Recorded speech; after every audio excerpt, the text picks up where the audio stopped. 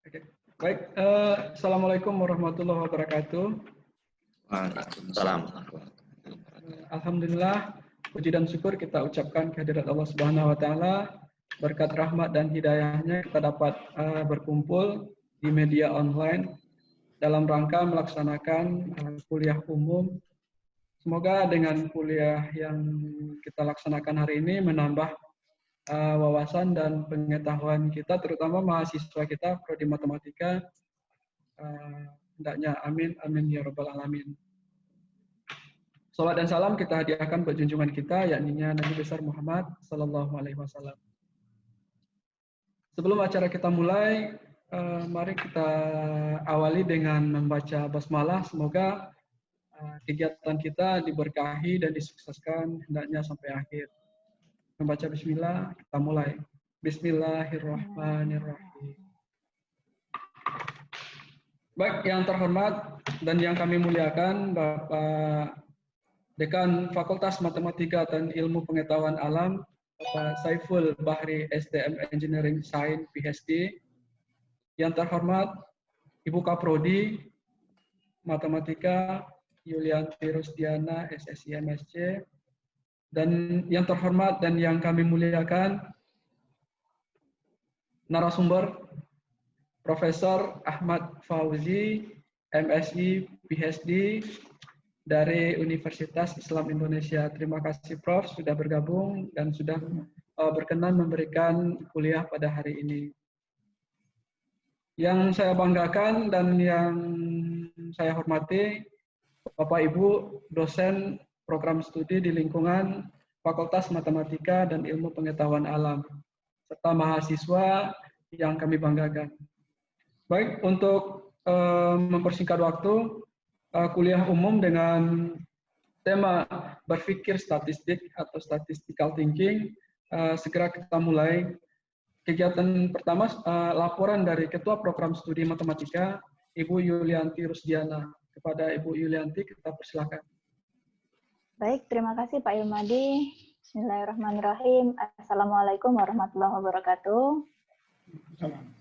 Kepada yang terhormat Bapak Saiful Bahri selaku Dekan Fakultas MIPA Unpam, kemudian kepada Bapak Prof. Ahmad Fauzi SSI MSI PhD selaku pembicara kita pada pagi hari ini. Terima kasih atas waktu yang diluangkan untuk menyampaikan ilmu kepada mahasiswa-mahasiswa kita. Kemudian yang saya hormati Bapak Irfana Arafah selaku moderator kegiatan kita hari ini, dan yang saya banggakan seluruh dosen-dosen program studi matematika Universitas Pamulang yang bergabung pada pagi hari ini, serta yang saya cintai seluruh mahasiswa matematika Universitas Pamulang yang tidak luput semangatnya, tidak surut semangatnya dalam menimba ilmu. Kegiatan hari ini, studium general itu secara umum ingin kita agendakan secara rutin setiap semester. Dan sudah masuk ke kegiatan kedua. Tapi karena pandemi, kegiatan ini beralih ke seminar online. Semoga itu tidak mengurangi hasanah yang ingin kita dapatkan, ilmu-ilmu yang ingin kita timba. Nah, tema hari ini statistical thinking, berpikir statistik. Harapan kita itu bisa membuka mata mahasiswa kita bagaimana kita berpikir tentang statistika. Ya, saya melaporkan saja kegiatan hari ini dihadiri oleh yang diagendakan dihadiri oleh mahasiswa kita semester ini sekitar 500, sebenarnya total 591. Tapi Zoom-nya hanya muat untuk 500 ya. Semoga saja ke 500-nya ini masuk. Saat ini baru 320-an. Mungkin masih bisa bertambah lagi ya. Nah, tidak berpanjang lebar, Demikian yang bisa saya sampaikan. Assalamualaikum warahmatullahi wabarakatuh. Waalaikumsalam. Terima kasih Bu Yul atas laporannya.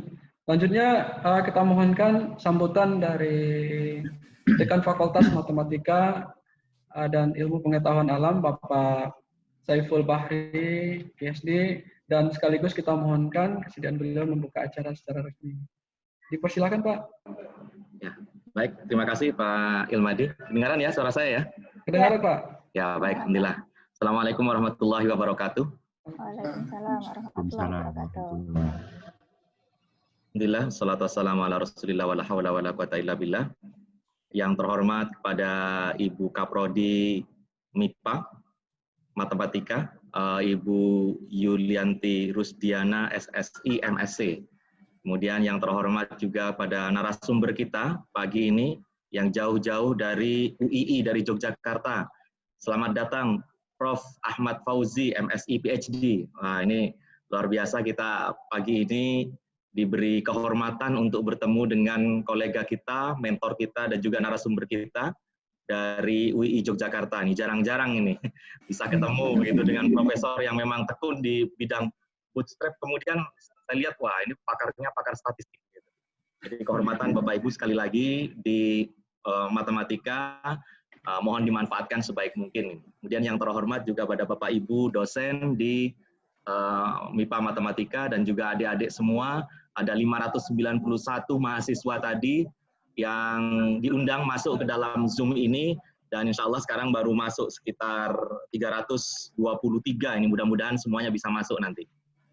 Alhamdulillah di pagi ini kita bersyukur pada Allah Subhanahu wa taala masih diberi kesehatan, diberi keluangan waktu untuk menimba ilmu, untuk bersilaturahmi.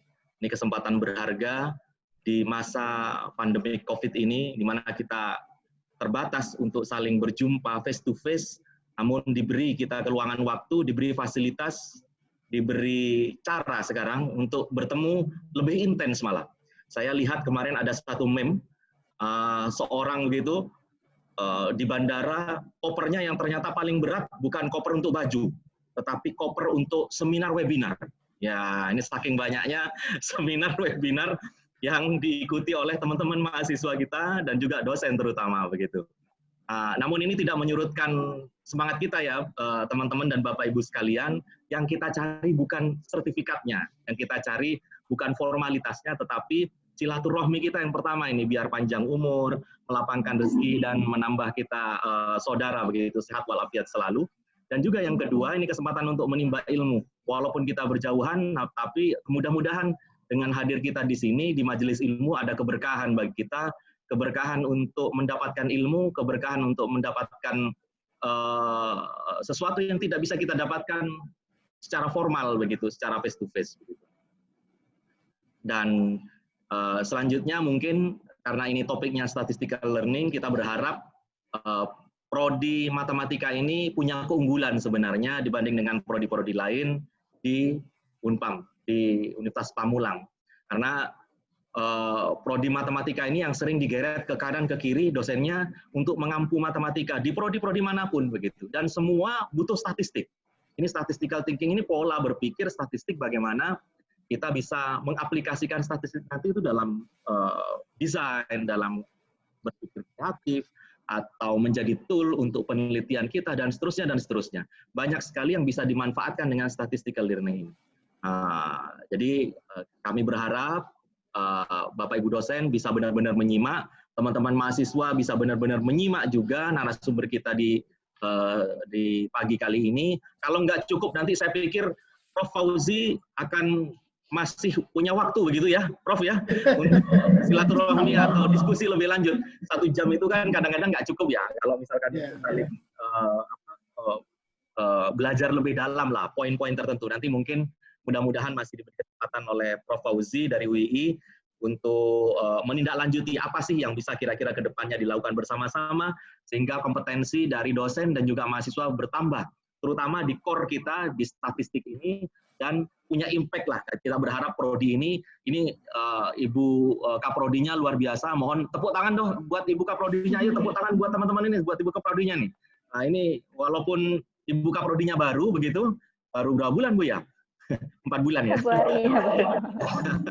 Maret, Masih April, banyak Mei, belajar Juni, ini, Bu. ya 4 bulan tetapi tancap gas gitu ya.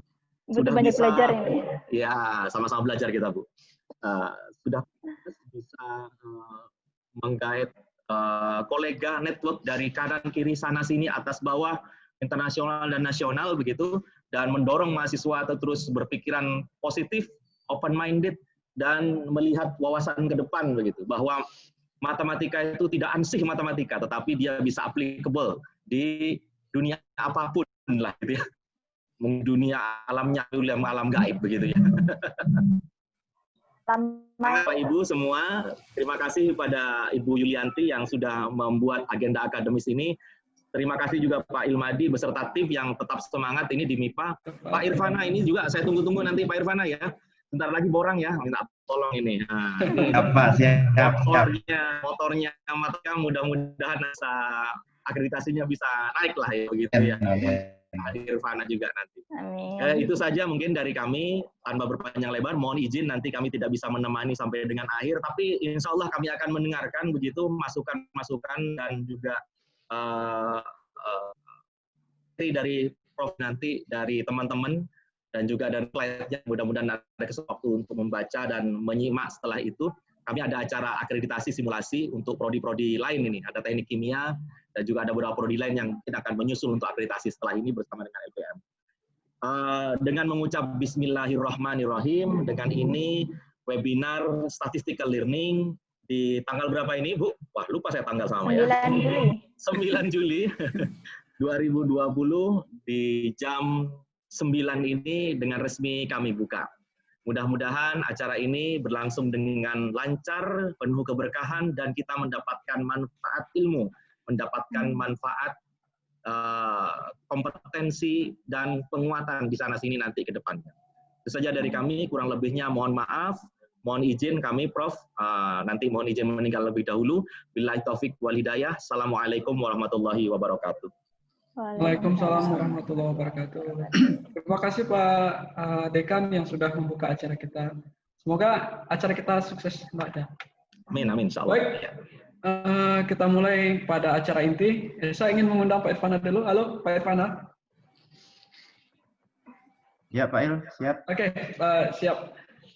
Sebelum acara ini kita serahkan ke moderator, saya sampaikan kepada seluruh peserta untuk mengikuti kegiatan ini dengan seksama seperti yang disampaikan oleh Ibu Kaprodi dan Bapak Dekan. Ya, karena di akhir acara nanti ada sesi tanya jawab. Silakan dimanfaatkan sesi ini semaksimal mungkin, terutama yang sudah semester 7 dan 8 yang akan mengarahkan nanti penelit risetnya ke statistik. Ini momen yang sangat penting sekali.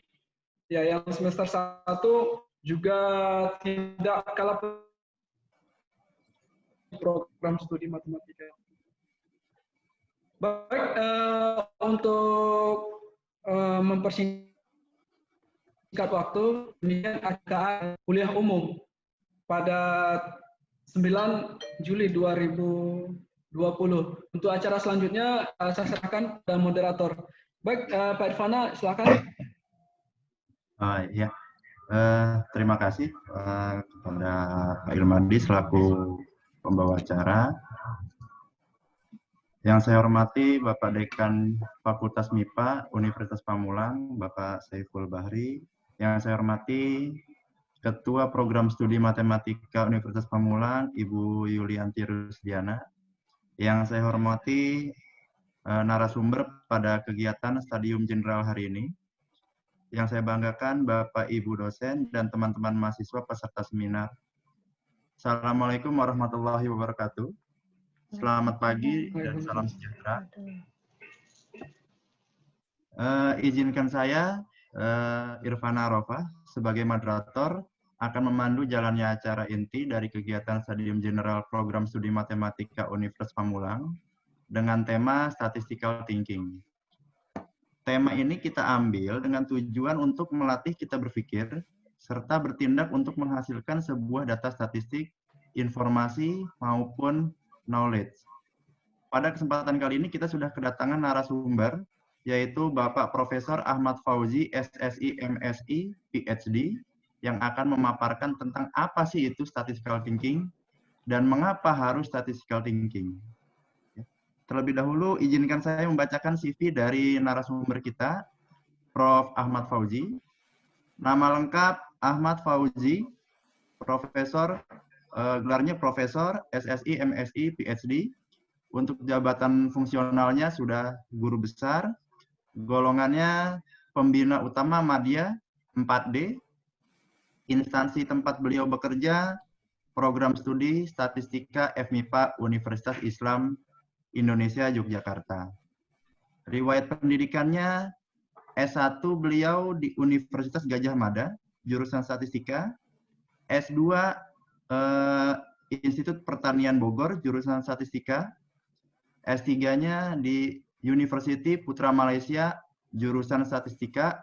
Konsentrasinya di keahlian analisis survival, bootstrap.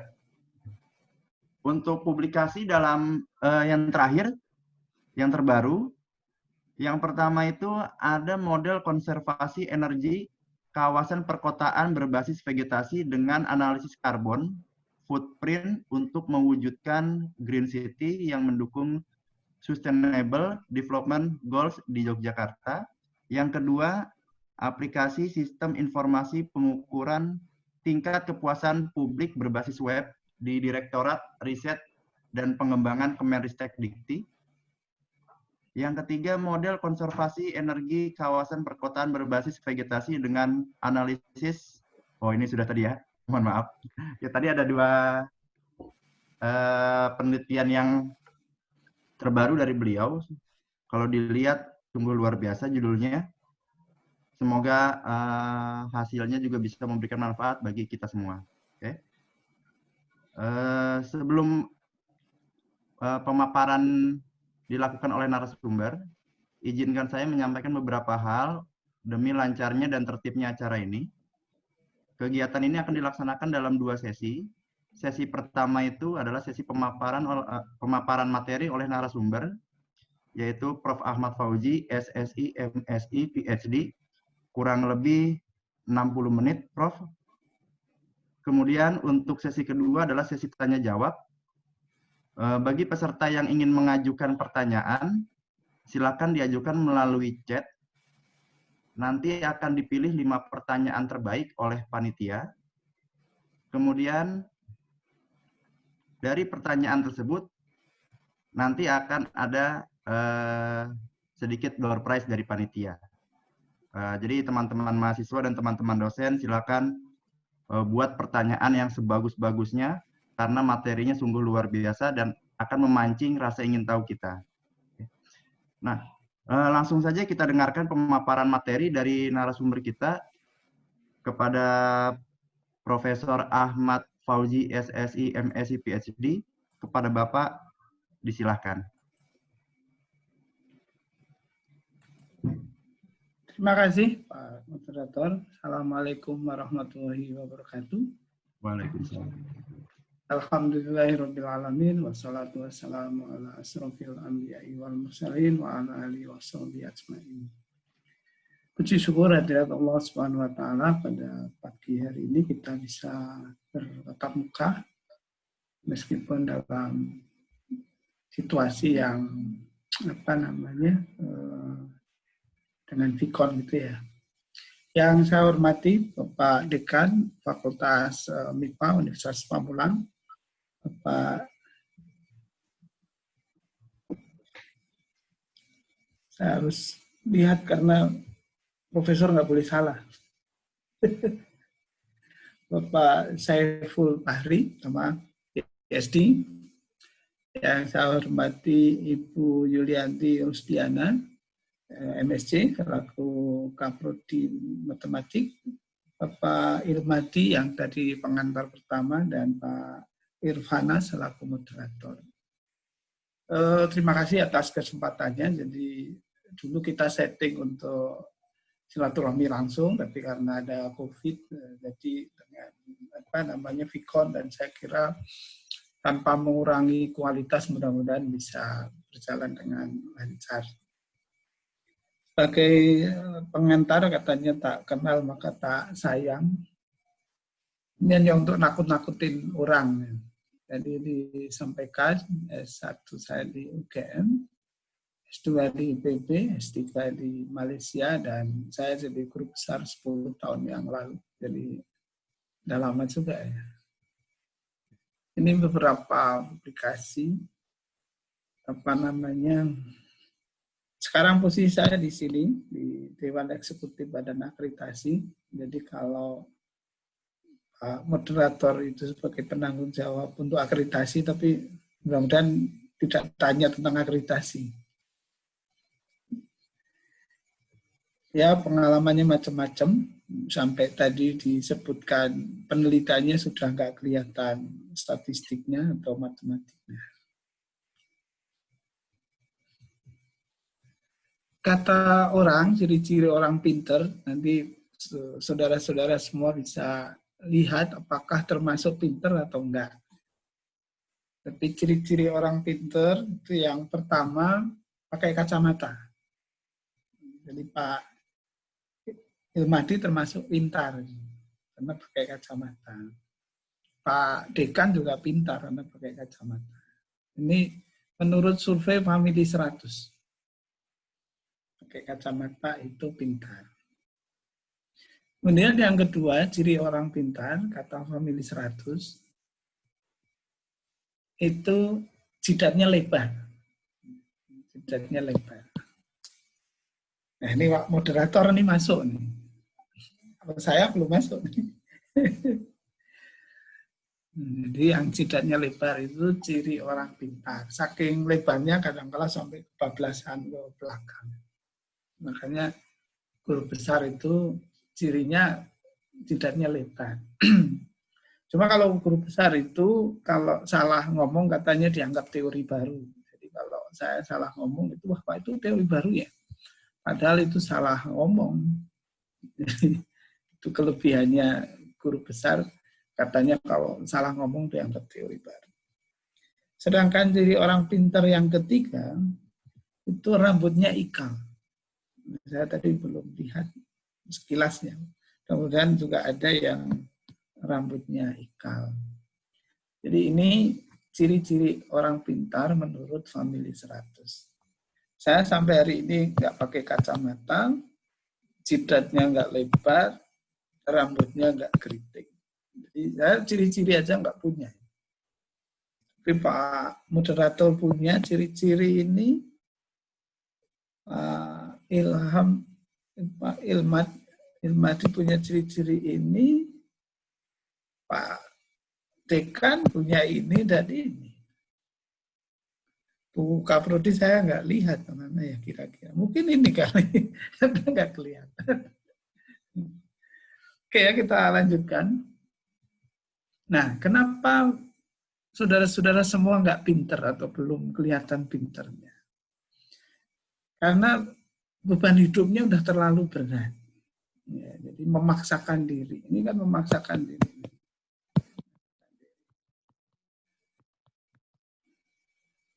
Contohnya apa memaksakan diri? Para mahasiswa, saudara-saudara belum cari duit, sudah pacaran.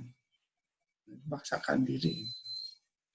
Jadi beban hidupnya itu sudah berat. Memaksakan diri. Tapi juga saudara-saudara kadang-kala hidupnya itu tidak dioptimalkan. Jadi misalnya Universitas Pamulang itu punya punya fasilitas yang baik, tidak dioptimalkan. Jadi ini sudah harusnya bagus, tapi sama anak kecil berani. Artinya sebetulnya punya potensi, tetapi tidak dioptimalkan. Salah satu potensinya apa? Tadi ciri-ciri pinternya itu sudah melekat.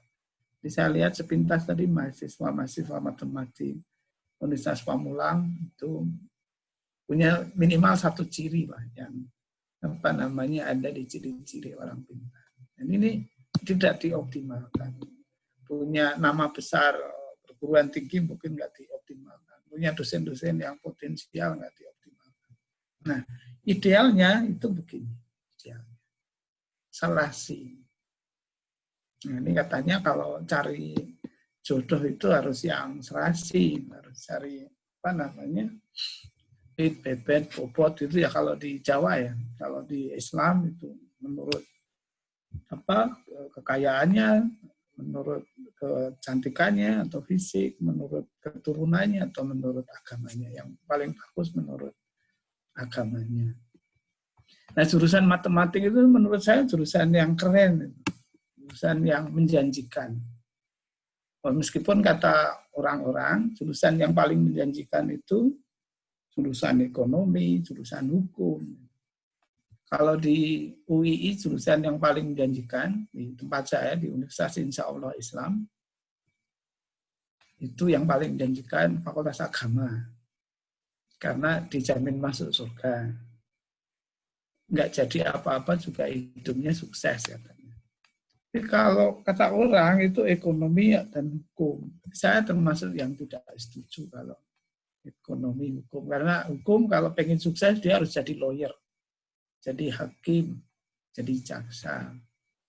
Orang ekonomi kalau pengen sukses dia harus jadi pegawai bank, pegawai pajak, pegawai bea cukai. Nah, kalau matematik itu tadi disampaikan Pak Dekan membutuhkan semua.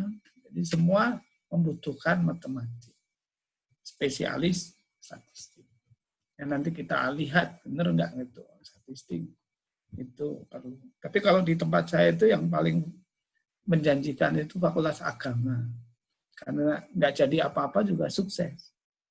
Ada orang menikah semuanya nyumbang, kalau alumni Fakultas Agama enggak perlu nyumbang. Ada orang mati semuanya nangis katanya. Kalau Fakultas Ilmu Agama nggak nangis. Kenapa? Karena jadi tukang doa.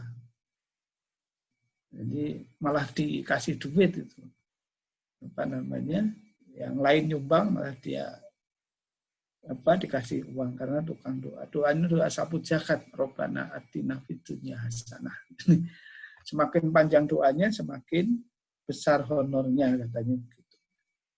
Oke ya, jadi ini sebaiknya optimal gitu. Kalau matematik cari jodohnya jangan matematik ya, nanti kasihan anaknya. Kasih pertanyaan, matematik kan sulit untuk kasihan. Matematik ya mungkin dengan kalau di Pamulang ada kedokteran, ya kedokteran. Ya. Mungkin agak yang sosial gitu ya, yang hukum. Kemudian kenapa kok belum bisa optimal? Jadi saudara belum bisa optimal itu karena setiap hari hidupnya itu hanya diisi nonton yang beginian. Mudah-mudahan dosanya enggak ya. Ya, nonton macam-macam gitu ya. Kalau saya udah nikmati hidup jadi tiap hari nonton sinetron. Nah, kalau saya senang berita, terutama penyiarnya.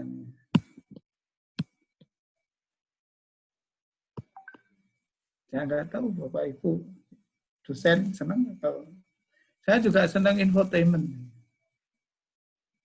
terutama penyiarnya.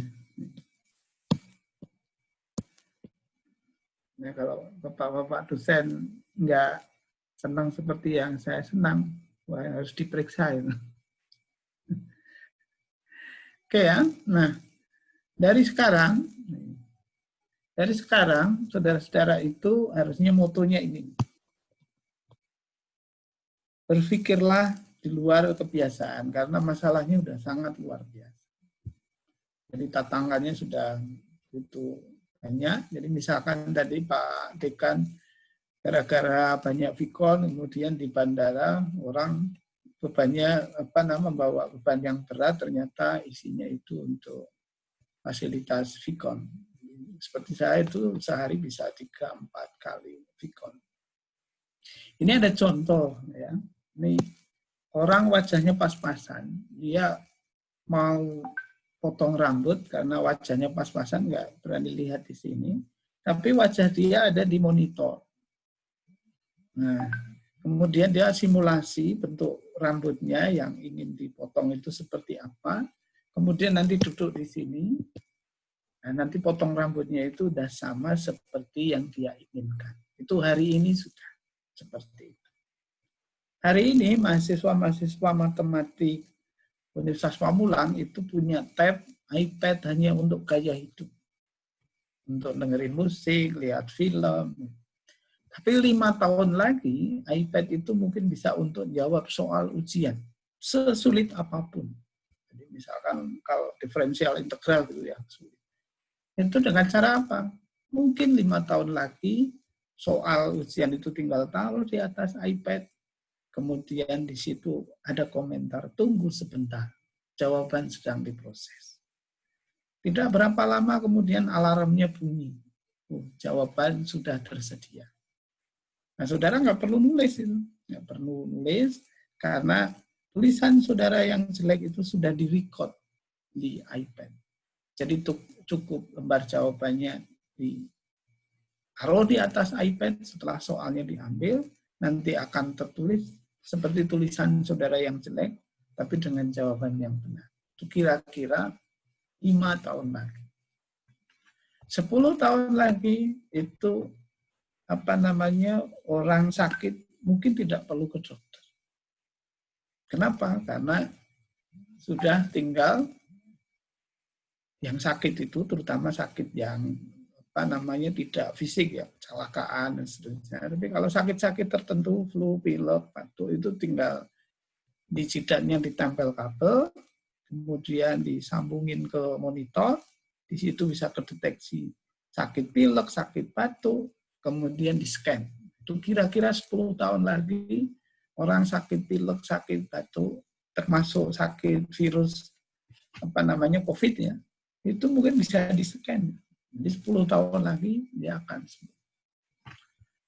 15 tahun lagi jalanan nggak akan macet, termasuk di sekitar kampus Pamulang barangkali nggak macet. Kenapa? Karena sudah ditemukan rompi terbang. Jadi pakai rompi, kemudian terbang.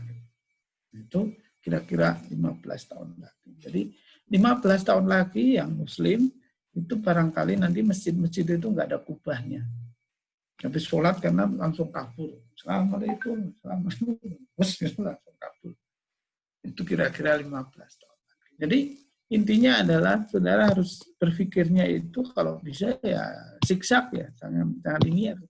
Kalau sarjana matematik itu nanti jadi guru, sarjana matematik itu jadi tukang bantu-bantu menyelesaikan perhitungan-perhitungan itu mungkin terlalu linear gitu ya. Nah sekarang ini banyak coret-coret, harus membersihkan dulu. Tapi oke lah. Jadi intinya kalau saudara belajar statistika atau ilmu statistik, yang salah satunya nanti adalah statistical thinking, adalah ada populasi, kemudian diambil sampel. Kenapa diambil sampel? Karena tidak mungkin untuk efisiensi waktu, tenaga, biaya.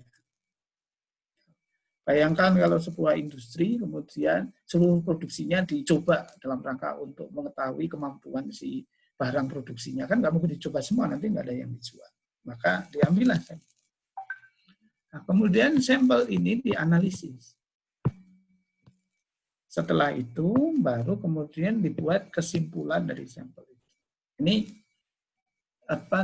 definisi ilmiahnya. Nah, sekarang ilustrasi mudahnya apa? Ilustrasi mudahnya mungkin saudara-saudara lihat orang tua masak di rumah atau Bapak Ibu dosen atau secara umum di masyarakat ada yang masak di panci kemudian dicicipin. Itu sebetulnya udah sangat statistik.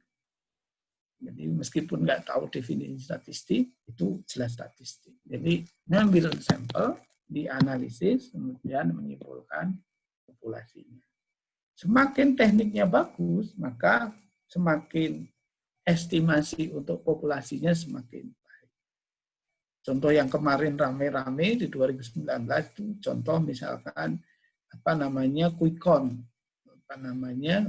Di pemilu, lembaga-lembaga survei memprediksi antara hasil quick count mereka dengan real count yang dari KPU. Nah, semakin metodologinya bagus, maka kesimpulannya akan semakin mendekati hasil dari KPU. Contoh yang lain tuh mahasiswa prodi matematik Universitas Pamulang yang sudah punya pacar. Nah, itu pacaran itu sebetulnya juga sampel ke sini. Nah, cuma kenapa kok tidak boleh? Karena tadi pacaran itu menurut teorinya, kalau menurut hukumnya kan nggak boleh. Hampir semua agama melarang pacaran. Jadi, menurut ilmu statistiknya itu karena sampelnya udah salah. Mungkin Bapak Ibu dosen yang dulu waktu pacaran itu penipu ketemu penipu katanya. Pengalaman saya dulu nggak punya motor pinjam, nggak punya baju pinjam. Bidadari yang mau saya datangi nggak punya parfum pinjam, nggak punya kerudung yang matching pinjam. Jadi penipu ketemu penipu. Kasus yang lain contohnya Saskia Butik sama Vicky Prasetyo. Itu kan penipu ketemu penipu, baru lamaran besoknya bubaran. Jadi makanya tidak boleh. Terus ada dalilnya yang kemudian tidak membolehkan. Tapi menurut ilmu statistiknya memang tidak representatif. Nah, tujuannya kan sebetulnya pendekatan nanti supaya setelah akad nikah sama dengan ketika pacaran. Masalahnya kan pacarannya cuma makan, nonton, jalan-jalan. Padahal setelah nikah kan nggak cuma makan, nonton, jalan-jalan. Macam-macam. Kalau mau yang benar, kayak pacarannya itu random. Nanti kita bisa bahas. Maksudnya gimana gitu. Ya sekali waktu diajak ke rumah sakit nonton orang sakaratul maut.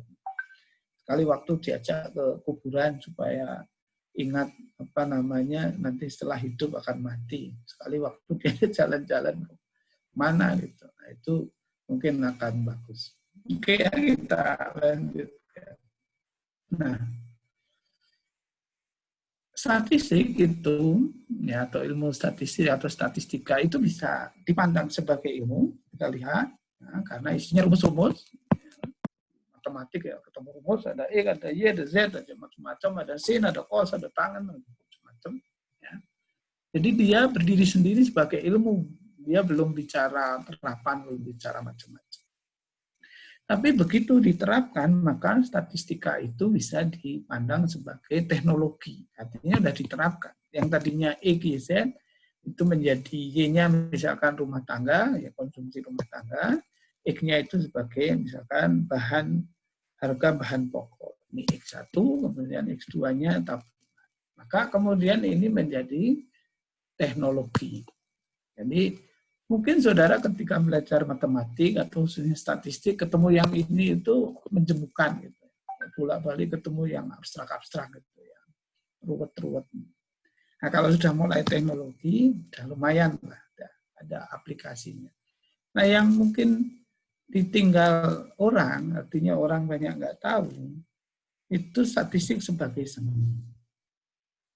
Jadi mungkin dari segi menampilkan datanya, mungkin juga seni di dalam ngambil sampel. Jadi misalkan ada 25 lembaga survei yang kemarin ikut ngawal pemilihan presiden, nah itu tadi ngambil sampelnya beda-beda, jumlahnya beda-beda, nah maka itu adalah bagian dari seni.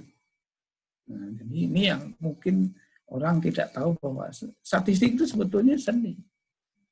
Seni dari ngambil sampelnya, seni ngambil datanya, seni menyajikan datanya, dan seterusnya. Termasuk nanti statistical thinking itu, ya ada seninya di situ.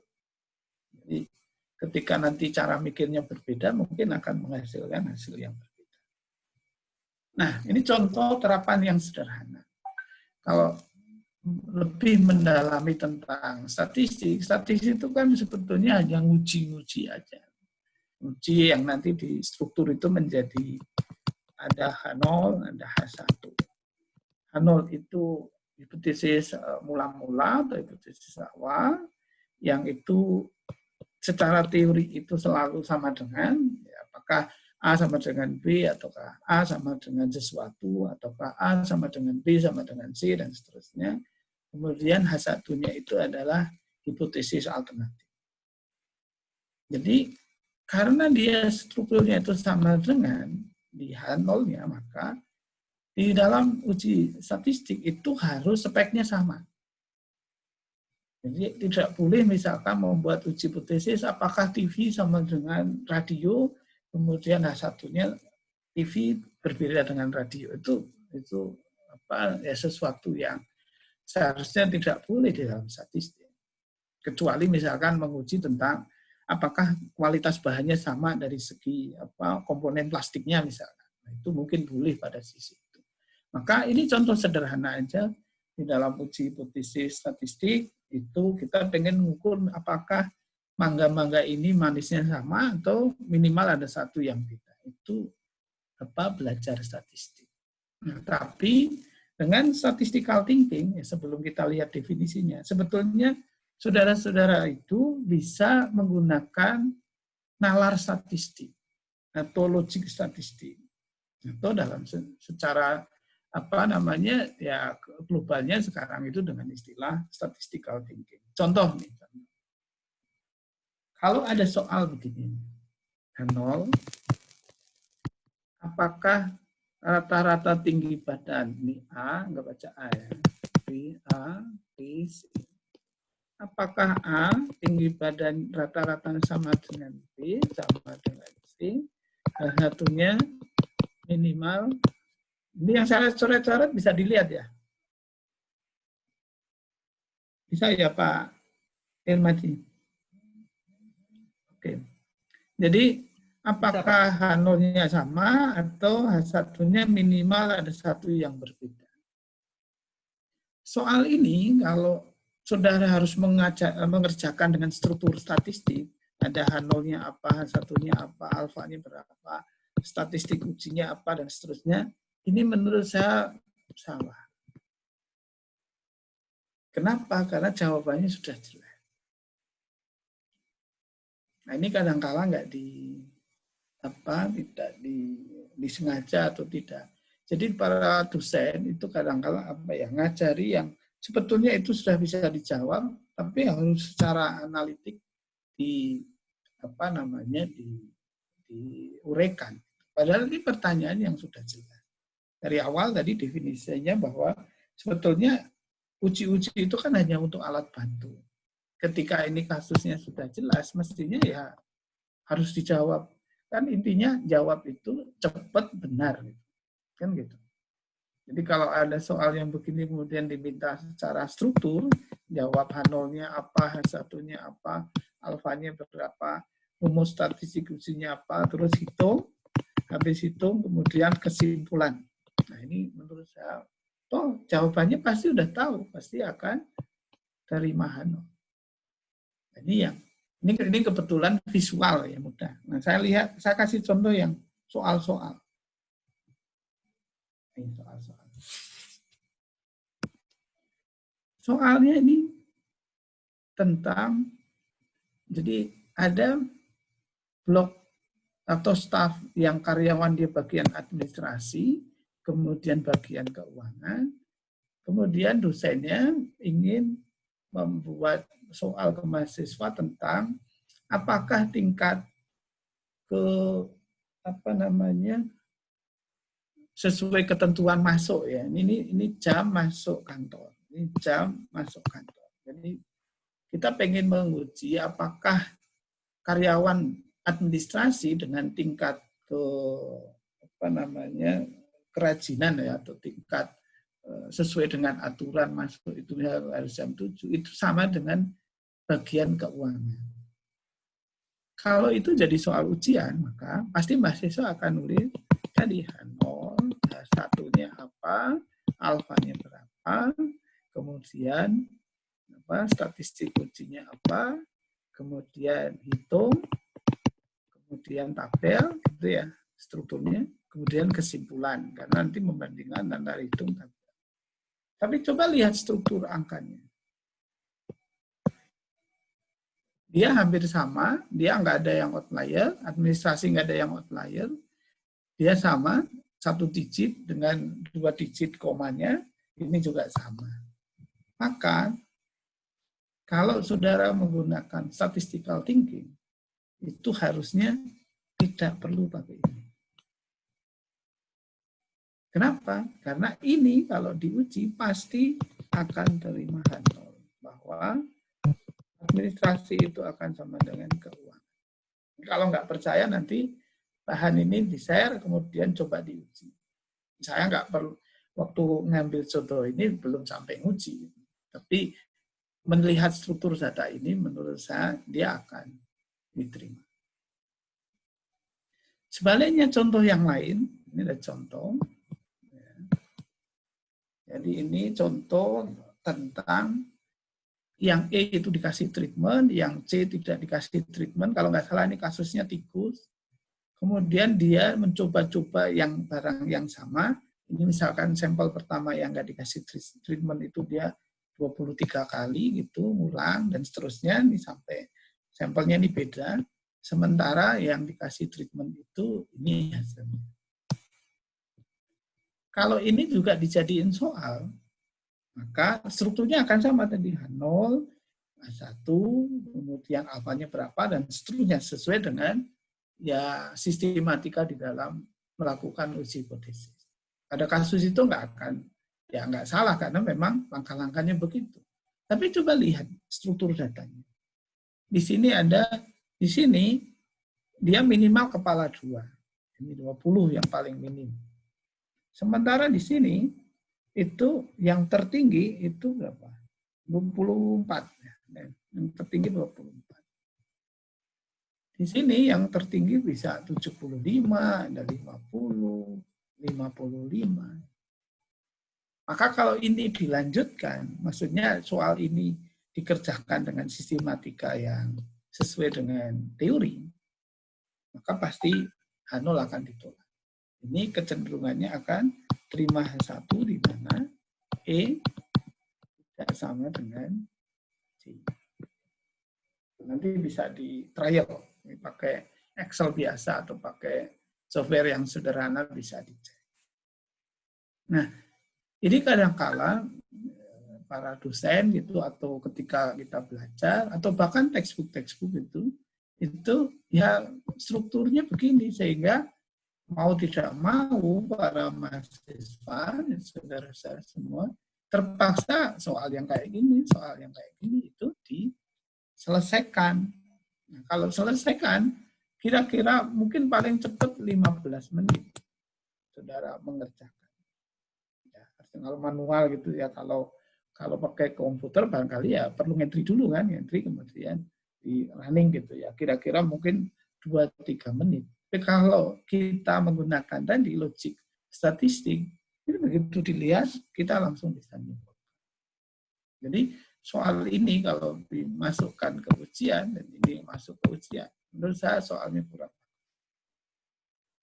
Karena sebetulnya udah tahu jawabannya, tapi terpaksa disuruh ngitung. Kan terbalik, statistik itu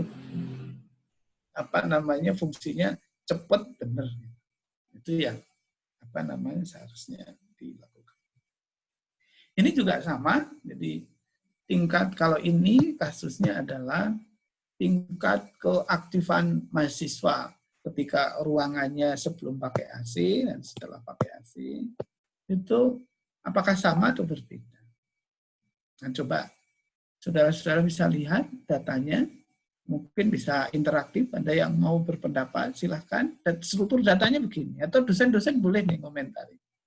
Kalau strukturnya seperti ini, kira-kira kalau ada hipotesis bahwa sebelum pakai AC akan sama dengan sesudah pakai AC, kemudian alternatifnya sebelum pakai AC akan berbeda dengan setelah pakai AC. Kira-kira gimana? Ini ya bukan kuliah ya, tapi mungkin supaya interaktif lah. Ini saya ngomong terus, barangkali malah ada nggak mendengarkan kan bisa juga. Coba, kira-kira kalau tadi secara struktur keilmuannya ya H0 lah, 1 sama tadi mungkin perlu 15 menit lagi. Kalau ujian ya dibuat 2 soal kayak gini 1,5 jam, itu pun juga belum tentu betul mahasiswanya. Tapi kalau tadi menggunakan logi, kira-kira gimana? Silahkan kalau ada yang mau komentar. Ada? Pak Ibu dosen?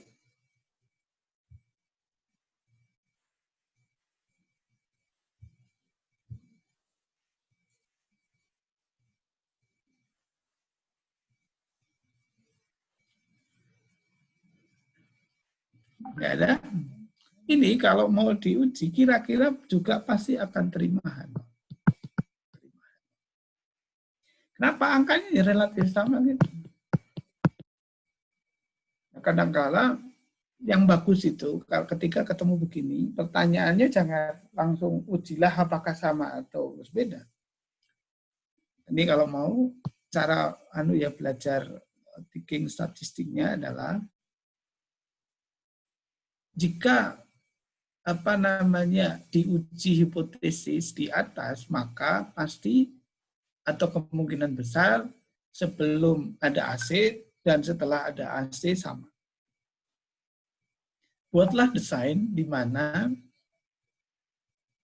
sebelum pakai AC dan setelah pakai AC berbeda. Jadi ini data ini harus disimulasi di otak-atik sampai posisinya berbeda. Sama seperti kalau saudara tadi punya pacar, terus pacarannya linear, makan nonton, maka nggak bisa kita lihat batas mana titik kritisnya. Titik kritis itu kan titik di mana kita bisa kemungkinan menerima atau menolak. Jadi kalau saudara punya pacar, tolong dipanas-panasin pacarnya. Maksudnya sekali waktu misalkan yang mahasiswi ngajak cowok yang lain gitu di depan rumah pacar saudara. Terus sebaliknya yang mahasiswa coba bawa mahasiswi untuk mana-manasin. Nanti kita akan tahu titik kritisnya itu di mana gitu. Titik di mana mungkin tingkat sabarnya, mungkin tingkat kesetiaannya dan seterusnya. Oke ya. Ini juga sama. Kita pengen melihat tingkat layanan kualitas antara bank favorit dengan bank tidak favorit. Ini datanya. Nah, kalau lihat struktur data ini, maka dengan menggunakan tadi logik statistik atau sekarang istilahnya statistical thinking, itu kemungkinannya H0 akan diterima. Kenapa? Karena relatif sama. Ini rata-rata mungkin kepala 2, di sini juga masih sama kepala 2. Dia tidak ada yang outlier. Mungkin di sini kalau mau ekstrim ya, misalkan ini dibalik jadi 61. Nah, kemungkinan dia akan berubah. Itu yang saya maksud, supaya saudara harus hati-hati. Oke, berikutnya. Nah, ini kasus lain yang saudara harus menggunakan logik statistik sebelum nanti arahnya ke statistical thinking. Kira-kira ini ada yang salah nggak? Coba kita diskusi. Mungkin Bapak Ibu dosen boleh diskusi di sini. Ini ada kasus, ini sudah almarhum ya, tapi dulu pernah di penjara. Jadi dulu dia pemimpin redaksi tabloid Monitor, kemudian buat kuesioner atau kuis gitu ya, tentang orang yang dikagumi. Waktu itu belum ada handphone, belum ada macam-macam, sehingga pakai kartu pos. Nah, kartu posnya ada hampir 34.000. Ternyata setelah dianalisis di sini tidak ada manipulasi data, tidak ada. Tapi pokoknya semua yang masuk dianalisis, dihitung, ternyata Nabi Muhammad nomor 11. Bahkan Aswendo sendiri malah nomor 10 di atas. Nah, waktu itu kemudian dipermasalahkan oleh umat Islam, sehingga kemudian diperkarakan, pada akhirnya menjadi masuk penjara. Tidak ada yang salah di sini sebetulnya. Tapi karena tadi statistical thinking-nya itu menjadi masalah. Kenapa? Karena kuesionernya atau pertanyaannya itu terlalu liar. Nah, jawabannya jadi kemana-mana. Kalau mungkin nggak ada ini, mungkin nggak terlalu masalah. Tapi ketika udah domainnya itu ke arah sara gitu ya, ke arah yang sensitif, ya, maka itu menjadi masalah. Jadi waktu itu ya Pak Harto nomor 1, Habibie nomor 2, Soekarno nomor 3 dan seterusnya. Bahkan Iwan Fals nomor 4. Ini harus pakai statistical thinking yang bagus. Ya, kalau mau nomor 1 jawabannya dan nggak ada yang lain, ini mohon maaf yang non Muslim ya. Kalau Muslim ya pertanyaannya jelas, sebagai Muslim yang baik, sebagai Muslimah yang baik, figur yang menjadi panutan hidup, kira-kira siapa? Nah, itu pasti ini enggak, pasti ya satu aja ini. Tapi kalau saudara lagi jalan-jalan ke mall sama pacarnya, terus ada pertanyaan, siapa yang dikagumi? Ya, pacarnya. Kalau lagi jalan-jalan sama orang tua, siapa yang dikagumi? Ya orang tua. Itu menjadi masalah ketika tadi ada unsur-unsur dari yang sensitif. Berikutnya, ini belum sampai statistical thinking yang benar ya, ini baru ngajarin logik-logik aja. Ini ada penelitian, ini Ustadz nih, bukan Ustadz Wijayanto ya, ini ada IIB-nya, IIB Wijayanto di Jogja, banyak Ustadz, salah satunya ada Ustadz Wijayanto yang banyak sering di TV, ada juga IIB Wijayanto. Melakukan survei tentang virginitas. Sampelnya ini, 1.660. Kemudian, ini saya cuplik apa adanya di Jawa Pos ya, nanti Bapak, Ibu, atau saudara bisa cek. Jadi saya ngambil apa adanya. Kira-kira ini salahnya di mana? Logik statistical thinkingnya itu di mana ini kok bisa ini menjadi salah berat, itu salah fatal. Ada yang mau komentar silahkan. Mungkin saya masih bisa 15-20 menit ya, karena tadi dikasih waktu 1 jam. Silahkan kalau ada yang mau komentar ini. Mungkin banyak yang mengira kesalahannya itu ada di sini. Oh Pak, sampelnya kok cuma 1.660. Mungkin semua sepakat gitu. Kan mahasiswi di Jogja banyak banget, mungkin 500 ribuan. Jadi kalau seluruh total mahasiswa-mahasiswi di Jogja di 105 perguruan tinggi yang ada di Jogja, itu kira-kira 500 ribu, dengan mahasiswi 50%, berarti sekitar 250 ribu. Diambil segini, mungkin tidak representatif. Itu mungkin semuanya akan berpikir begitu.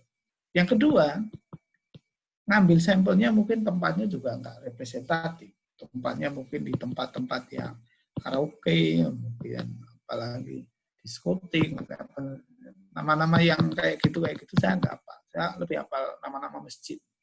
Nama-nama yang ini nggak apa. Nah, mungkin akan begitu. Jadi Bapak Ibu dosen, saudara-saudara, ini kesalahan utamanya ada di hanya 1.660. Yang kedua, tempatnya belum tentu representatif.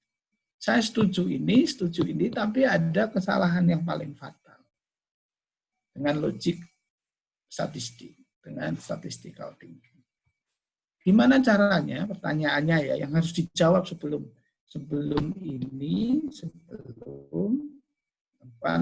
tadi tempat.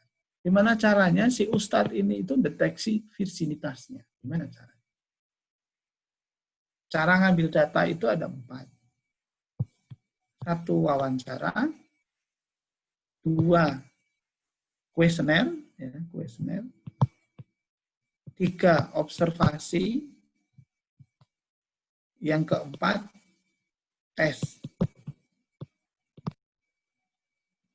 Ya Ustadz. Ustadz itu lihat aja udah nggak boleh apalagi pegang kan, dosa. Nah, itu gimana cara ngecek virginitas? Ini tadi data kita sepakat ada 4. Kalau secara umum ya, kalau ingin mengetahui kemampuan bahasa Inggris. Kan nggak bisa pakai wawancara. Kamu pintar bahasa Inggris nggak? Pintar. Terus itu data itu kalau dianggap benar, maka ya menjadi masalah. Pakai kuesioner. Kamu bisa nggak bahasa Inggris? Terus bisa. Contreng bisa jika bisa, contreng nggak jika enggak. Itu juga enggak. Maka yang paling umum dengan tes. Ada tes TOEFL. Tes potensi akademik TPA itu untuk mengetes kemampuan akademiknya seseorang, itu pakai tes. Tidak bisa pakai wajah tadi, Bapak kan ciri-ciri orang pintar itu apa namanya jidatnya lebar. Nah, ini jidatnya lebar nih berarti pintar, nggak bisa. Jadi ini kalau mau diolah datanya, kalau saya sebagai statistisi atau matematisi kemudian dengan menggunakan tadi statistical thinking atau logik matematik itu nggak bisa lah sementara. Itu harusnya dari sininya udah masalah. Gimana cara ngambilnya? Tanya itu untuk mengetahui dia vicin atau enggak. Kan nggak bisa. Orang yang waktu itu ketemu di karaoke terus dianggap dia nggak vicin kan nggak bisa. Bisa aja mahasiswa stres, mau ngaji terus gitu, terus suatu saat pengen ke karaoke, terus ketemu, terus itu dianggap menjadi sisa. Vicin kan nggak boleh begitu. Yang ketiga, ini juga masalah nih. Letak masalahnya kalau saya pengen cepat ya, letak masalahnya adalah ini kata mengaku. Gimana caranya kok bisa BKKBN ngecek sampai bisa mengaku? Jadi ini belum. Ya kalau orang umum lihatnya kesalahannya itu di ngambil sampelnya gitu, kemudian gimana dia representatif atau enggak. Tapi di sini kalau menggunakan logik matematik atau logik statistik itu kesalahannya di sini. Gimana caranya mengaku? Orang korupsi aja yang ketangkep aja nggak ngaku kan? Oh Pak itu pakai teknik-teknik tertentu. Saya pengen tahu teknik-tekniknya apa. Karena secara psikologi orang itu biar diterima komunitas tertentu, dia akan mengaku-ngaku sesuai dengan komunitas itu. Itu apa namanya ilmu psikologinya begitu. Jadi bisa aja realnya nggak begitu. Ini yang kemudian jadi masalah. Ini juga masih polemik masalah. Ini contoh lagi yang lain. Jadi ada apa namanya ambil sampel susu formula. Ini masih debatable. Meskipun kalau saudara cek nama ini, dosen IPB ini, ahli virusnya itu sudah kaliber internasional.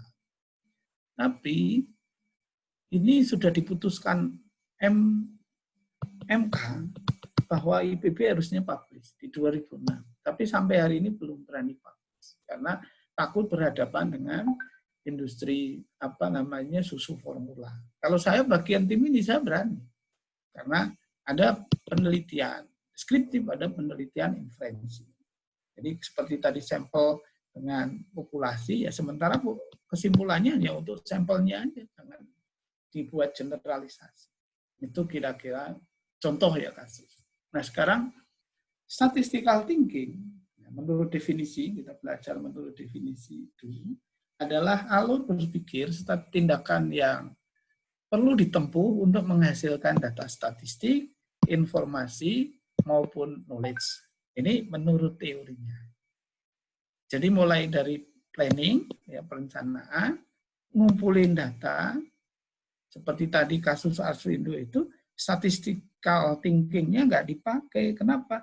Karena tadi membuat pertanyaan yang sporadis itu, yang terlalu terbuka gitu, sehingga jawabannya menjadi masalah karena ternyata di dalamnya ada unsur sensitivitas di situ. Kemudian mengolah data, kemudian divisualisasi, kemudian dianalisis, kemudian dibuat kesimpulan. Maka menurut teori menurut definisi statistika atau ilmu statistik menjadi ilmu yang digunakan untuk mencari data, mengumpulkan, menganalisis dan buat kesimpulan. Itu kira-kira begitu definisi sederhana. Maka di dalamnya sebetulnya terkandung statistical thinking. Kenapa? Karena tadi alur berpikir serta tindakan yang perlu ditempuh untuk menghasilkan data statistik, informasi maupun knowledge. Itu kira-kira. Nah, dulu atau bahkan mungkin Bapak Ibu dosen ketika belajar kan dapatnya yang ruwet-ruwet begini kan. Sekarang milenial itu senangnya yang begini-begini nih. Milenial. Ya terpaksa kita harus juga ikut ya. Artinya ini nanti perlu, tetapi juga karena trennya berubah.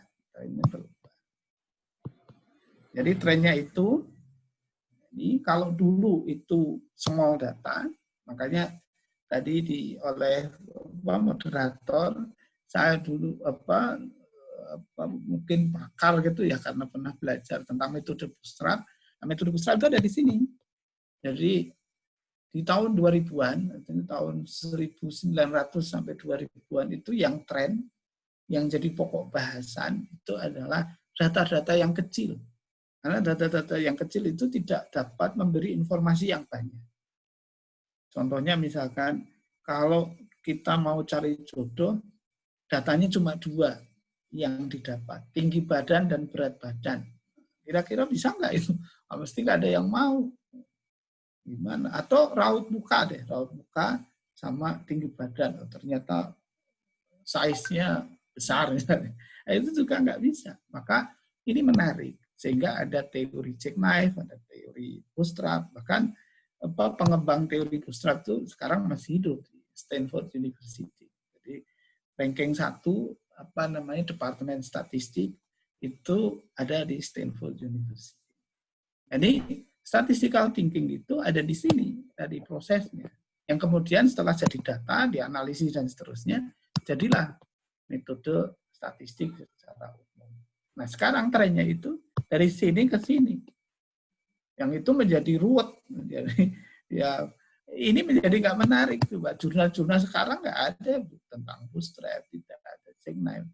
Karena ya tidak menarik. Padahal dulu itu yang menarik karena ini belum ada. Tetapi data-data yang mungkin ribuan, mungkin puluhan ribu, tapi ketika ketemu data yang sedikit, maka itu menjadi kajian-kajian yang menarik.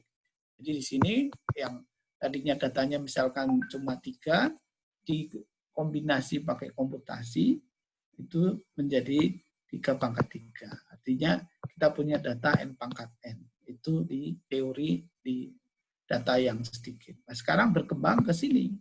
Maka trennya ya ke sini semua, latah itu. Ada data science, ada big data, ada data mining, dan seterusnya. Ini nanti kajiannya ke sini. Nah, ini dari small data atau small data. Kemudian ada bukunya, ini tentang jackknife, bootstrap. Kemudian ada, jadi ini dasar basisnya adalah resampling. Artinya sampel dengan pengembalian kemudian diambil lagi. Nah, ini sudah mungkin tidak menarik. Generasinya sudah geser. Nah, dengan statistical thinking, nah ini kemudian ada istilah big data. Datanya itu volumenya banyak banget, kemudian variety-nya itu juga banyak, kemudian velocity-nya itu juga banyak.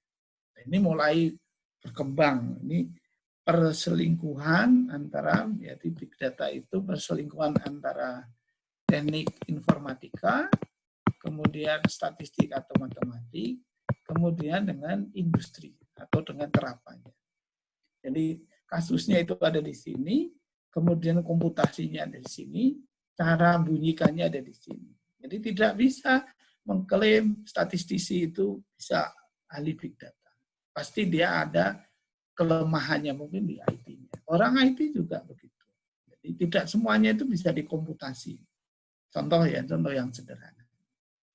Ada data korelasi X dan Y. Ini ada pasangan-pasangan. Saya misalkan kasih contoh, Y adalah indeks prestasi, X adalah banyaknya kunjungan ke perpustakaan. Ini Y, X-nya adalah kunjungan ke perpus. Ketemunya, korelasinya, R-nya 0,9. Maka dosen statistik, mahasiswa matematik akan mempunyai hipotesis bahwa semakin sering ke perpustakaan, IPK-nya akan semakin tinggi. Kenapa? Karena korelasinya positif besar 0,9. Sekarang andai kata dia ahli komputer, ahli informatika, ini angkanya nggak saya ganti, tapi X-nya saya ganti. Y-nya nggak saya ganti, hanya definisi X-nya saya ganti, bukan banyaknya ke perpustakaan, tapi menjadi panjang rambut. Jadi yang misalkan 30 itu 30 kali ke perpus, diganti menjadi 30 itu senti rambut. Ketemunya IT 0,9. Sekarang pertanyaannya, apakah bisa disimpulkan semakin panjang rambut akan semakin tinggi IPK? Kan enggak. Jadi kadang-kala ahli IT itu ya pokoknya buat keluar angkanya kemudian dibunyikan. Padahal ada faktor-faktor lain yang itu mungkin yang bisanya orang matematik dan statistik. Ini secara walaupun definisi letterlock-nya ya tidak begini ya, tapi secara realnya itu memang di dalamnya itu ada 3 keilmuan. Ada IT, kemudian ada statistik matematik, kemudian ada industri. Karena dia aplikasinya di industri. Nah, ini yang kemudian ada istilah 10V dan seterusnya ya. Ini mungkin agak cepat. Nanti bisa dilihat. Nah, sekarang udah merambah kemana-mana. Saya kira mahasiswa udah memahami ya, ada big data, ada machine learning, ada data mining, ada cloud, ada macam-macam. Ini sudah trennya sekarang begini. Ini juga sudah diterapkan ke macam-macam. Ada asuransi, ada transportasi, ada pendidikan, ada manufacturing, ada energi, ada kesehatan, ada media.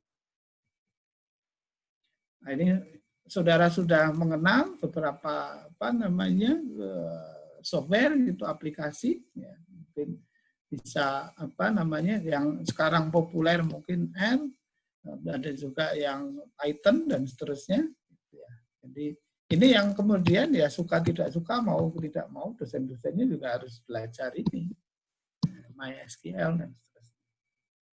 Nah, ini contoh terapannya, nanti saudara juga bisa searching di internet. Jadi statistical thinking-nya itu juga diperlukan di sini ketika menganalisis big data. Dan ini kira-kira beberapa bagian di dalam statistik. Saya tadi oleh moderator kajiannya di sini, survival analysis. Dulu disertasi saya itu memprediksi orang mati, meskipun orang mati itu takdir ya, tapi dengan saintifik artinya data-data kesehatan itu bisa masuk.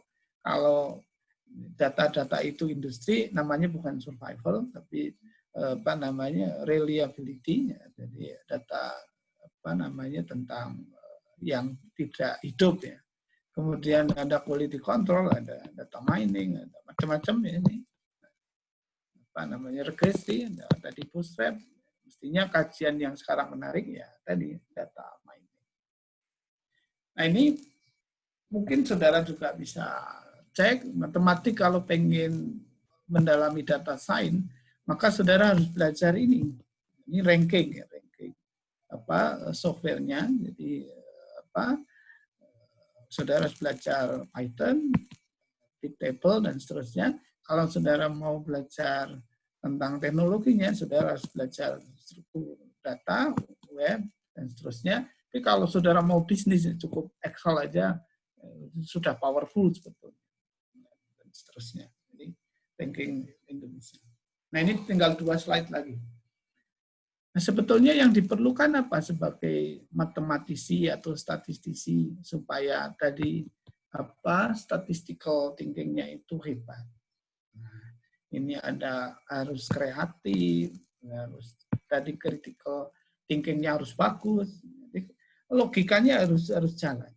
Maka dari sekarang itu tolong jangan apa-apa kemudian dihitung, apa-apa dihitung. Coba nalar. Kadang-kadang saya dengan joke itu, coba yang mahasiswa punya pacar 3, terus cari titik kos supaya tidak ketahuan yang lain. Gimana caranya?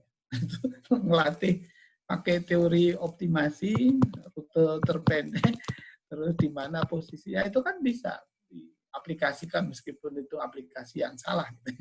Tapi itu bisa. Ini kemudian services, negosiasi, kemudian macam-macam ya, manajemen orang dan seterusnya. Terakhir, slide terakhir. Itu sebelum terakhir ini. Nah, sebagai matematisi Universitas Pamulang, bisa nggak sih? Bisa ngalahin Dewa Ilmu Pengetahuan, ngalahin Gajah, ngalahin se-Indonesia namanya diambil, ngalahin UB, ini semuanya PTN yang dewasa. Karena dia sudah pakai BIHA. PTN BIHA. Badan Hukum. Nah, ini kan tiba-tiba. Ya harusnya bisa. Makannya sama, ciri-ciri pinter bahkan melekat di saudara, harusnya bisa. Tidak ada yang tidak mungkin. Semuanya bisa. Nah, maka salah satunya dengan, nah ini faktor yang sukses menurut Thomas Stanley, itu ternyata kepintaran itu di nomor sekian. Masuk favorit juga nomor sekian. Jadi ternyata yang lain itu beberapa masuk di statistical thinking. Jujur, disiplin, mencintai, dan seterusnya. Nah ini karakter-karakter ini itu sebagian besar sudah masuk di statistical thinking. Jadi tidak perlu minder, tidak perlu. Nah, saya jadi dosen di Universitas Insya Allah Islam ya swasta, UI, itu kan bukan di ITB, bukan di UGM, bukan di UI. Nyatanya sebelum 40 tahun bisa berbesar. Mungkin padahal dengan ilmu yang mungkin sebagian orang anggapnya sulit kan di statistik. Ternyata bisa. Itu kira-kira pengantar ya untuk diskusi. Jadi nanti silahkan kita bisa diskusi panjang lebar berkaitan dengan statistical thinking khususnya ya. Umumnya silahkan mungkin masalah matematik secara umum, tapi mungkin jangan akreditasi ya di sini. Meskipun saya anggota dewan eksekutif. Saya kira itu, terima kasih. Sudah selesai. Saya kembalikan lagi ke moderator. Terima kasih.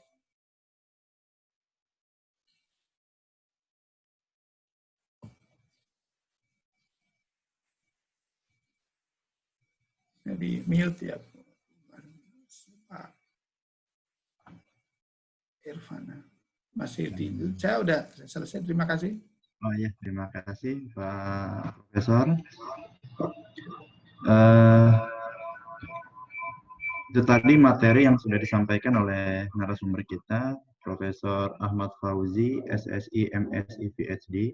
Terima kasih Prof, materinya sangat luar biasa. Ini alhamdulillah mahasiswa kita peserta seminar hari ini terpancing Prof. Saya ingin tahunya tentang statistical thinking.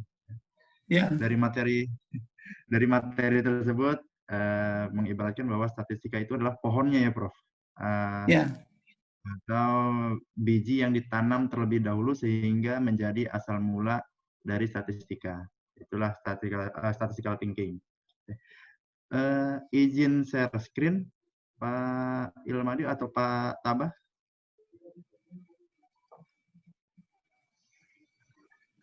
Ya, langsung saja Pak, bisa langsung share screen. Sudah saja di co-host, silakan. Siap.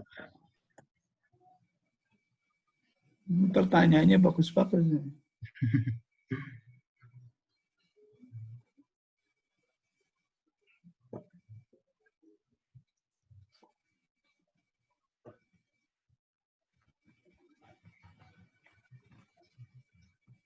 Jadi ada 5 pertanyaan yang sudah dipilih oleh panitia, Prof.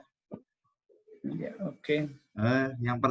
Ini pertanyaannya mau satu pertanyaan langsung dijawab oleh Prof atau 5 Oke, nanti tinggal geser-geser ya. Kalau saya langsung jawab nggak apa-apa.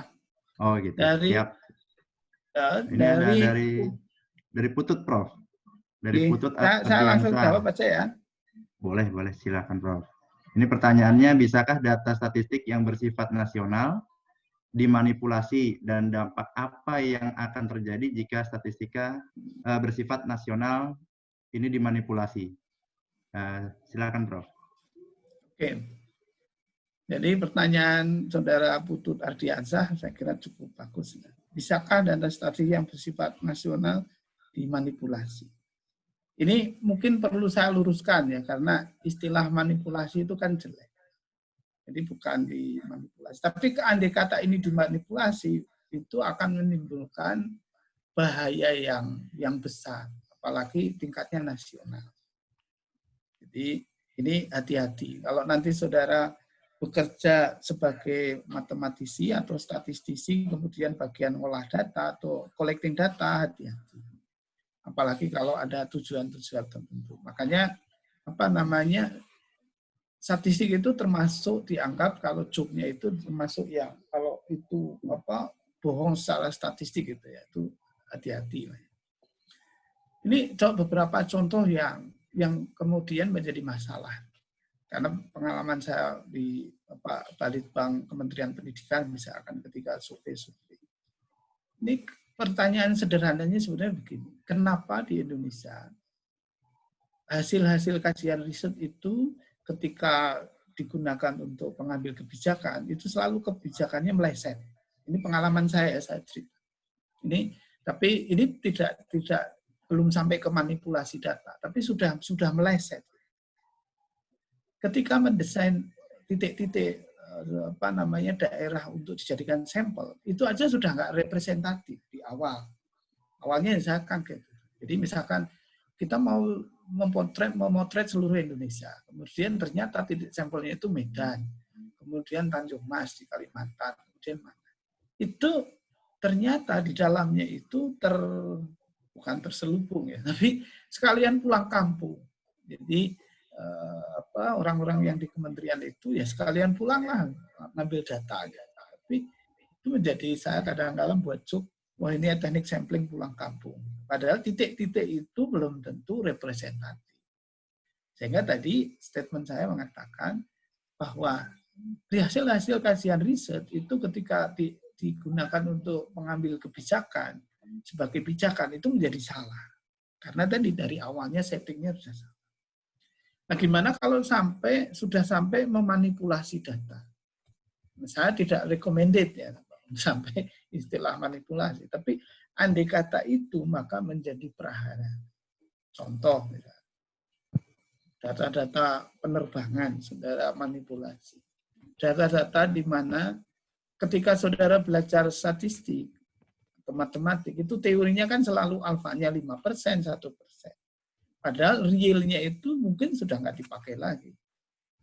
Di matematik mungkin saudara belajar riset operasi, operation research, itu ada istilah Six Sigma, 6 Sigma.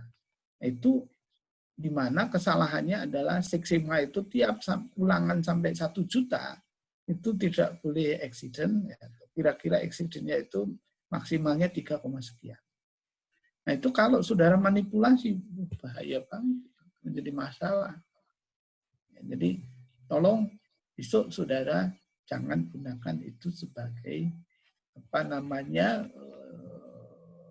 tabiat atau sebagai jadi udahlah dimanipulasi aja gitu. Ada data-data yang outlier, data-data yang di luar tren gitu ya, di luar kebiasaan. Itu seringkali malah menjadi informasi yang lebih. Contoh nih, saudara bergaul punya teman dalam kondisi yang normal, fine-fine aja nggak ada masalah. Tapi begitu misalkan diajak makan, itu membuat ribet gitu. Yang lain misalnya sama, dia terlalu banyak syarat, misalkan, jangan pakai garam, jangan pakai ini, jangan pakai ini, jangan pakai ini. Maka informasi itu kan menjadi penting. Kalau saudara jalan ke mall nggak ada masalah, tapi begitu sudah mulai beli barang, teman kita itu nawarnya minta ampun. Ya, data itu jangan dibuang. Jadi kalau nanti saudara misalnya pengen beli barang, ya udah ngajak itu. Toh nanti bisa nawar yang paling murah misalnya. Jadi ini tolong istilah manipulasinya jangan ambil gitu ya. Tapi mungkin dalam keadaan tertentu bisa, tapi ada maksud lain. Jadi misalkan tujuannya untuk stabilitas, tujuannya untuk meredam. Nah, itu mungkin bisa dibenarkan gitu. Tapi istilah manipulasi sendiri dari awal itu sebaiknya jangan. Itu pertanyaan satu ya. Dan nanti kalau mau ditanggapin lagi boleh, Pak Saudara Putut. Ini ngijak ke pertanyaan yang kedua. Monggo, yang kedua. Terima kasih, Prof. Untuk pertanyaan dari Saudara Putut tadi. Kemudian untuk pertanyaan selanjutnya, Prof, dari Widya Astuti, apakah ada pengaruh dari kemampuan berpikir statistik terhadap kreativitas berpikir siswa dalam matematika? Jika ada, tolong Bapak jelaskan dan berikan contohnya. Ini ya, apakah ada pengaruh dari kemampuan berpikir statistik terhadap kreativitas berpikir dalam hal dalam siswa dalam matematika? Ini saya jawab yang ringan aja. Ini dari Widya Astuti. Ini kebetulan perempuan, ya, tapi andai kata saudara itu laki-laki, terus pengalamannya itu sering ditolak perempuan gitu ya, ditolak pasangan lawan jenis gitu.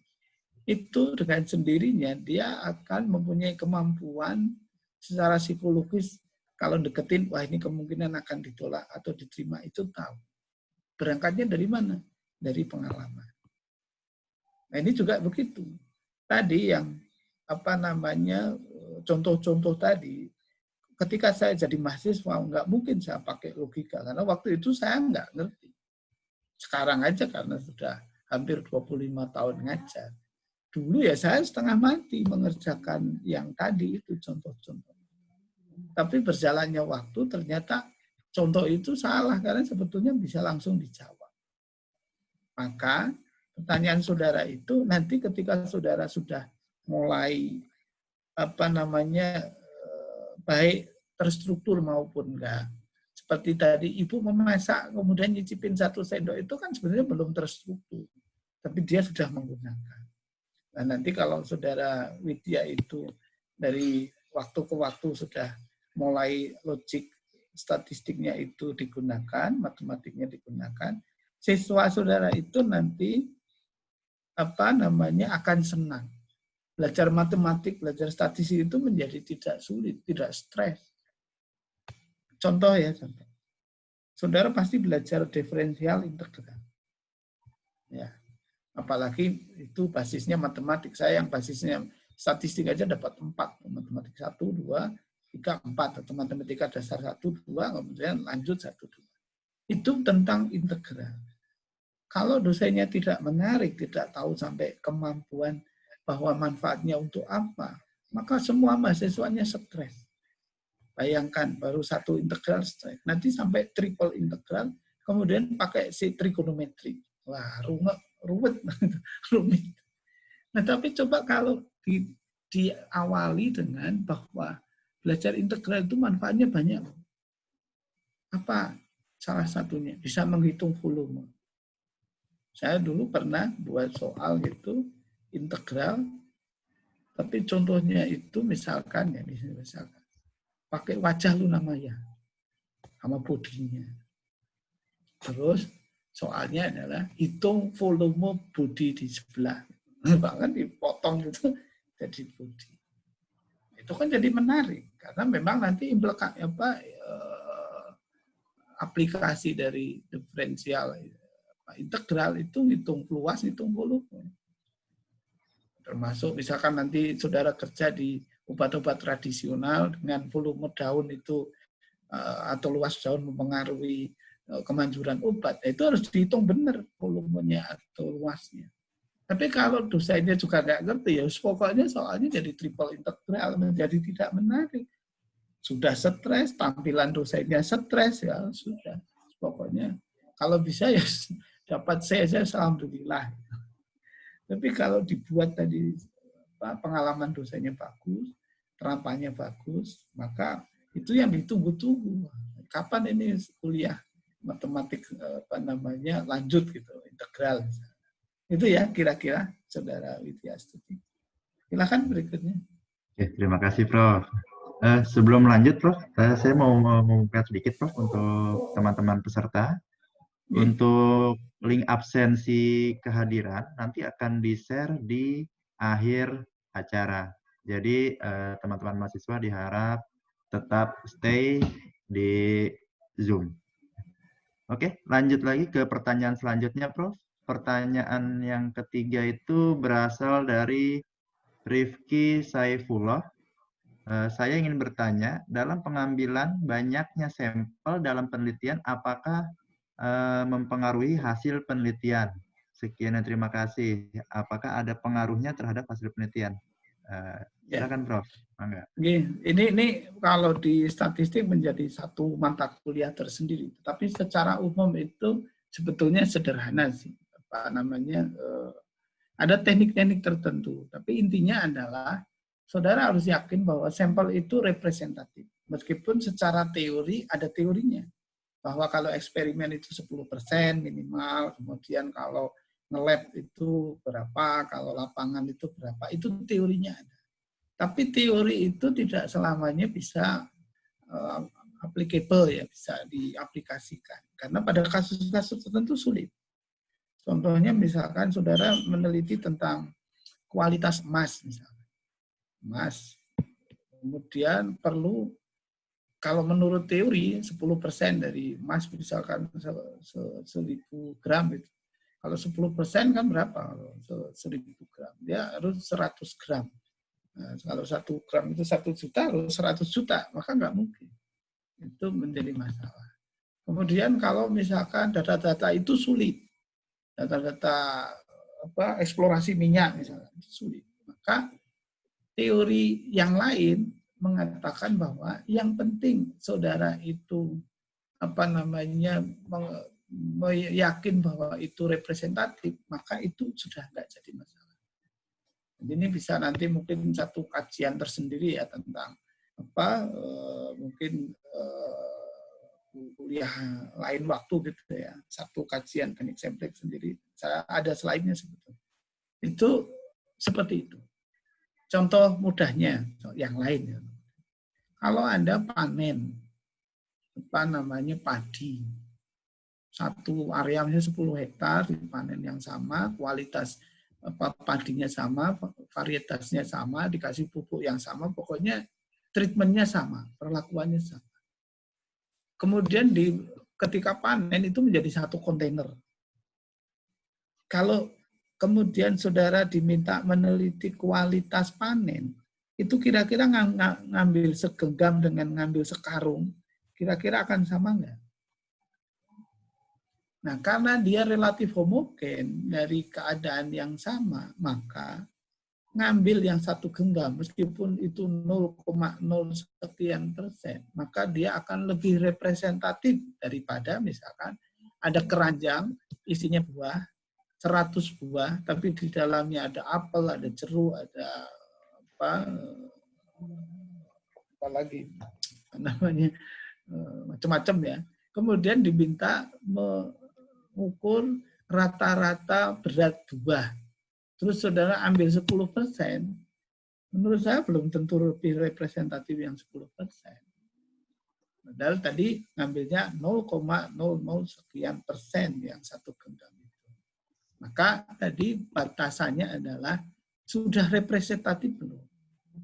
Kalau itu sudah dianggap representatif dengan alasan yang masuk akal tadi ya, dengan perlakuan yang sama, dengan varietas yang sama, dengan spesifikasi yang sama, maka ngambil berapapun, yang penting ada ulangannya. Karena di teknik sampling itu syaratnya 3. Pertama itu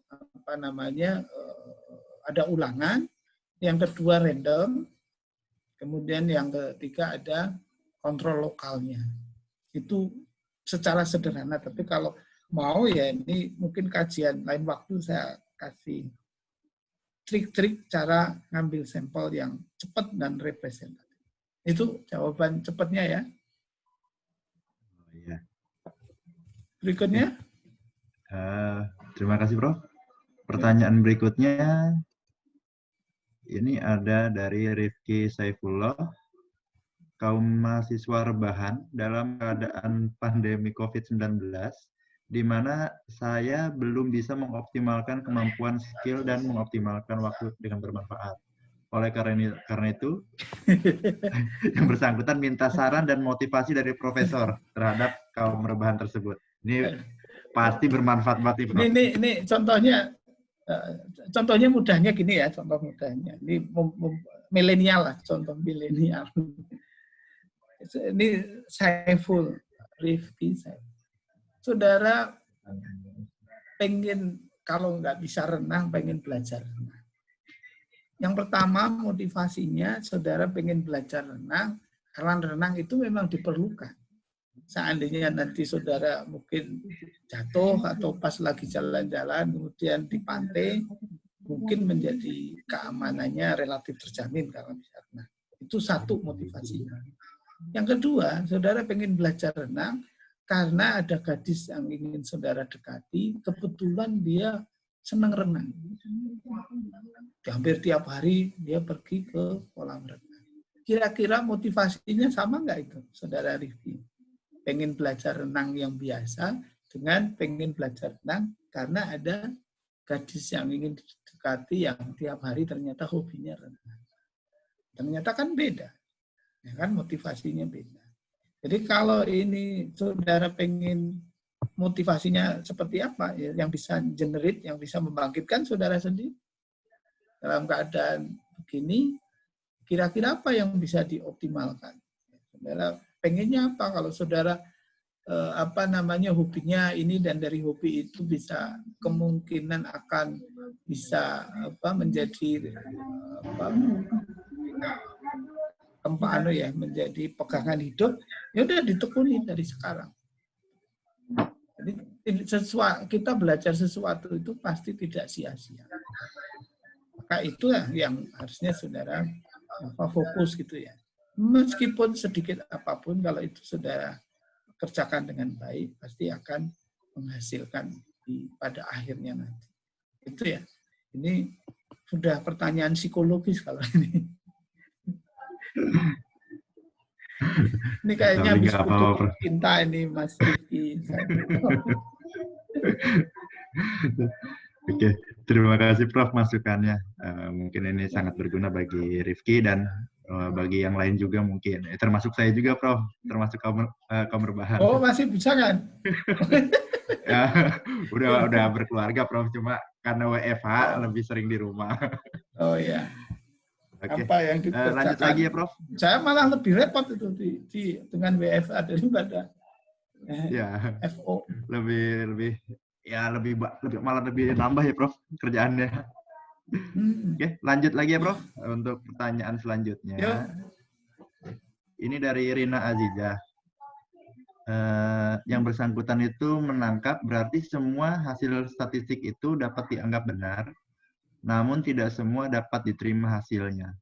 Faktor apa yang mempengaruhi hasil statistik tidak dapat diterima walaupun perhitungannya benar? Mungkin ini hipotesis ya Prof ya. Ya. Ini biasanya ya, faktor-faktor apa itu biasanya gini. Kelemahan kita kalau melakukan penelitian ya, atau eksperimen atau analisis itu di otak kita selalu inginnya itu hasilnya sama dengan yang umum. Itu apa dasarnya. Meskipun harusnya itu tidak boleh. Karena penelitian itu independen. Artinya ya nanti hasilnya apapun harus disampaikan. Nanti kalau saudara skripsi, ya kan sebentar lagi mungkin ada yang skripsi. Itu di dalam otak pikiran saudara itu nanti ketika mengerjakan skripsi, hasilnya seharusnya nanti begini. Nah, padahal bisa jadi tidak. Nah, ketika tidak, maka kemudian kita berusaha untuk mengotak-atik supaya hasilnya menuju itu. Padahal itu juga menjadi tidak benar, hasilnya tidak begitu kok diarahkan. Nah, gimana caranya? Wong perhitungannya benar kok malah tidak bisa diterima. Contoh nih. Contoh ya sehari-hari aja ya. Ibu masak, kemudian bumbu masaknya habis, mereknya A. Nah, ketika habis kemudian buru-buru anaknya diminta untuk beli, ternyata adanya merek B. Meskipun mungkin speknya sama, tapi ada yang beda. Nah, kemudian dicampurkan, ternyata hasilnya tidak sama. Nah, itu analisisnya benar, tapi kan tidak sesuai. Nah, jangan kemudian dipaksa disesuaikan. Tapi itu menjadi catatan. Oh, ternyata dengan bumbu yang merek B, hasilnya menjadi begini. Itu menjadi catatan. Itu kejadian sehari-hari sudah begitu. Nah, sekarang dalam penelitian gimana? Dalam statistik. Yaitu tinggal nanti dicatat. Makanya di dalam penelitian, nanti saudara skripsi, itu selalu ada batasan masalah. Di situ ditulis batasannya apa. Oh, nanti saya pakai merek ini. Oh, nanti jumlahnya begini. Kondisinya dalam keadaan normal. Seperti industri asuransi misalnya. Asuransi itu nggak bisa klaim kalau misalkan di dalam MOU klaimnya itu tidak menyantumkan pasal bencana alam misalnya. Kalau itu kemudian terjadi karena bencana alam, kita nggak bisa klaim. Karena itu kejadian yang dibuat. Tapi itu menjadi dicatat. Itu yang harusnya saudara pahami di situ. Jadi jangan dibuang, tapi dicatat karena ada hal-hal lain yang ternyata itu awalnya memang spesifikasinya tidak sama. Itu mudahnya begitu. Jadi itu menjadi pengalaman. Makanya kan ada istilah di teknik sampling itu kedok tular. Ini kalau saudara Rina Aziza, saya kasih pertanyaan, misalnya, kalau uang tidak masalah, kemudian beli HP, kira-kira merek apa dengan spek yang sama? Dengan spek yang sama, mestinya kan mungkin milih yang dari Korea misalnya. Dia tidak milih yang mereknya aja sudah bertanya, mereknya apa? Oppo. Kalau Jawa kan merek bertanya itu. Merek ini pun kok bertanya lah. Oppo. Padahal kan kita belum coba ya merek Oppo, merek yang lain, tapi langsung beli Samsung. Ini saya bukan bawa merek ya, tapi ini hanya untuk logika karena tadi berangkat dari pengalaman, berangkat dari peristiwa, ternyata itu bisa dicatat. Dulu waktu saya kuliah itu ada motor Cina, namanya Jialing. Mungkin yang dosen-dosen senior pernah mengalami ada merek. Tapi saya hari ini tidak pernah melihat bangkainya satupun gitu di jalan gitu. Merek Jialing udah nggak ada lagi. Nah, itu mesti berangkat dari ini yang saudara tanyakan. Jadi peristiwanya benar, harganya murah, ya tapi ternyata tidak awet. Nah, itu kemudian bisa diterima enggak? Enggak, nyatanya kan tidak ada lagi pabriknya sekarang. Tidak dijual lagi. Karena tidak bisa diterima. Itu ya kira-kira logika. Ini jawabnya terpaksa pakai statistical thinking. Jadi nggak perlu, tidak harus pakai hipotesis. Oh iya. Oke, terima kasih Prof. Jika diperkenankan Prof, ini pertanyaan masih mengalir banyak ini di chat ya. Jika diperkenankan, boleh 1 atau 2 penanya lagi Prof? Moga. Oke, terima kasih Prof. Untuk teman-teman mahasiswa, ini tadi sudah dipilih oleh panitia. Pertanyaan dari Rahmasari. Ada Rahmasari ya? Boleh disampaikan langsung, Rahmasari? Di-unmute dulu atas nama Rahmasari.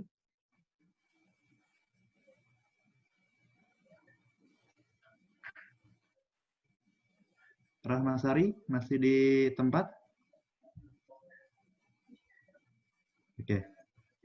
Kalau mungkin bacakan saja Pak. Ya, bacakan saja Pak, oke. karena ini. Oke, siap. Jadi pertanyaan dari Rahmasari ini agak sedikit unik dan mantap, Prof. Bagaimana cara mempermudah kita untuk menguji hipotesis agar tidak terlihat sulit, Prof? Mohon penjelasannya. Ya, mungkin ini harus menggunakan logikanya juga ya, Prof ya. Oke, ya, silakan, Prof. Ya, tadi contohnya kalau nggak salah ada 3 atau 4 gitu ya. namanya ujinya macam-macam. Ada uji min, ada uji median, ada uji varian. Kalau di dalam non-parametrik mungkin sampai bisa 100. Bahkan ada buku judulnya itu 100 tes statistik. Tapi intinya itu kita lihat dari struktur datanya. Jadi kalau itu apakah sama atau berbeda, uji kan mestinya begitu kan. Apakah sama di struktur H0-nya itu, kemudian H1-nya itu bisa lebih dari, kalau dia 2 sisi lebih dari atau kurang dari. Kalau dia itu kalau 1 sisi ya kurang dari, kalau 2 sisi menjadi tidak sama dengan, itu dilihat dari datanya aja. Kalau datanya itu relatif mirip, maka itu hampir pasti kita akan terima H0. Jadi hampir pasti itu pasti akan sama. Nah kalau nggak percaya dicoba. Nah, saudara bisa nanti mengasah buku-buku yang saudara punya atau textbook ke perpustakaan sambil bawa laptop mestinya boleh. Coba di entry kemudian diuji sambil saudara ngasah. Jangan di entry dulu ya, jangan dieksekusi pakai komputer, tapi saudara tebak. Ini H0 terima. Ini tolak gitu. Diterima. Kemudian dimasukkan. Ternyata benar. Ternyata benar. Nah, itu kalau saudara bisa sampai 100 gitu ya. Wah, itu saudara udah hebat. Nanti cari jodoh pun bisa feeling. Wah, jodoh saya itu calon ibunya anak-anak saya itu pasti ini. Calon bapaknya anak-anak saya itu pasti ini. Nah, perlu jam terbang yang tinggi. Jadi nggak bisa hanya sekedar, oh ini terima, ini tolak. Harus tadi trial. Kita coba lihat, sambil tidak hanya itu, tapi angkanya disimulasi juga. Diutak-atik lagi sampai pada titik dia ditolak gitu. Kayak tadi saya sambil guyon kan, coba pasangan saudara yang punya pacar diuji deh tingkat kesabarannya sampai mana. Oh, kalau sudah sampai harus diajak ke rumah makan sederhana, ini udah mulai uring-uringan karena tanggalnya udah mulai tua, tapi ruang makannya sederhana, meskipun sederhana tapi karena Padang ya termasuk yang mahal. Ini udah mulai ruwet gitu. Itu catatan. Itu ya kira-kira. Jadi ini memang harus dilatih. Harus sambil jalan gitu dicoba cek. Dengan banyak latihan nanti akan bisa dengan sendirinya itu menjadi menjadi kemampuan saudara. Itu kira-kira Pak Irfanan. Ya, terima kasih Prof. Mungkin sudah cukup dari 6 penanya. Sebenarnya masih banyak banget ya pertanyaan-pertanyaan yang belum disampaikan di sini. Oke. Teman-teman peserta, demikian tadi acara penyampaian materi dan diskusi kecil kita bersama dalam kegiatan Stadium General dari Prodi Matematika Universitas Pamulang dengan tema Statistical Thinking. Izinkan moderator memberikan sedikit catatan apa yang disampaikan dari narasumber tadi.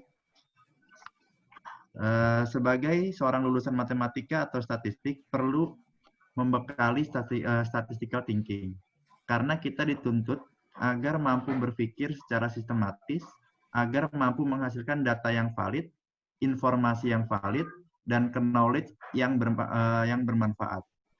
Selain itu, kita juga perlu mempelajari dan mengetahui tentang struktur data, karena dengan data yang mempunyai struktur data yang baik, maka hasilnya pun akan baik. Sedikit dari saya,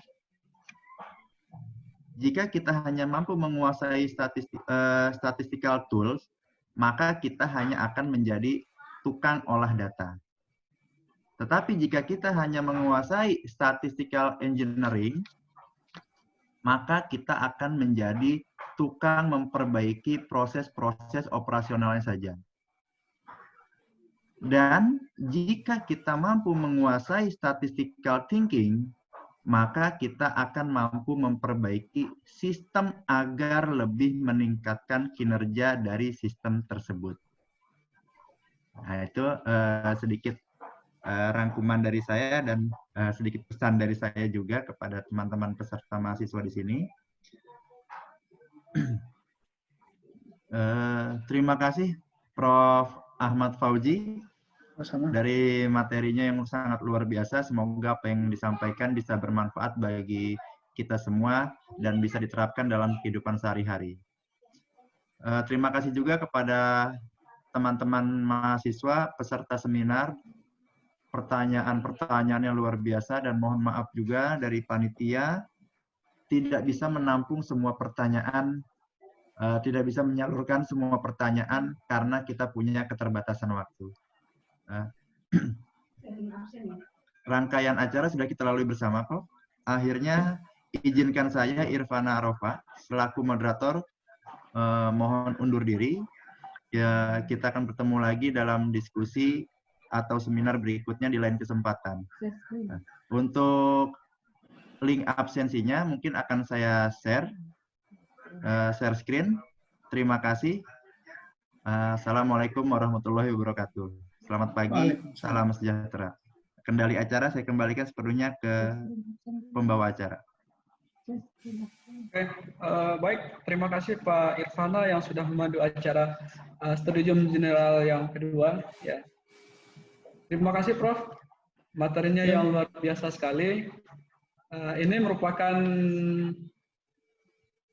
materi pertama yang sengaja kita berikan ke mahasiswa karena kita ingin membuka cakrawala mahasiswa dalam berpikir secara statistikal, karena memang di prodi matematika kebanyakan ini yang hadir itu mahasiswa semester 1, 2 semester awal, dan insya Allah kegiatan ini akan kita agendakan berikutnya ke tema yang lebih berkaitan dengan statistiknya, Prof.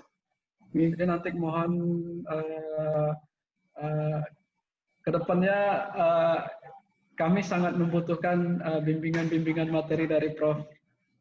Oke, saya menangkap tadi apa yang disampaikan pertama oleh Prof, berpikir di luar kebiasaan. Sebenarnya ini yang sangat diharapkan sekali, karena memang selama ini di prodi matematika, terutama mahasiswa kita yang notabene-nya mahasiswa baru, dan ini yang belum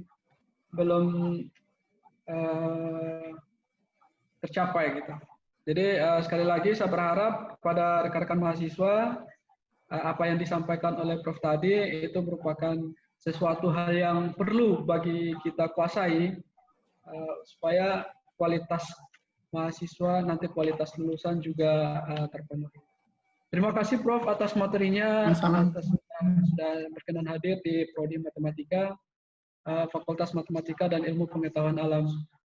Oke, mewakili program studi, kami mohon maaf, Prof, jika ada kurang berkenan, salah dan janggalnya kami mohon maaf.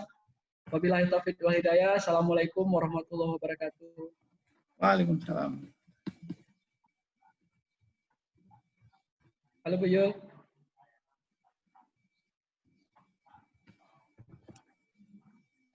Ya. Halo Bu Yul, ini udah mau ada yang mau disampaikan nih? Saya tutup sebenarnya nih. Ini Sudah? ada mau kalau. Terima kasih Prof atas waktunya.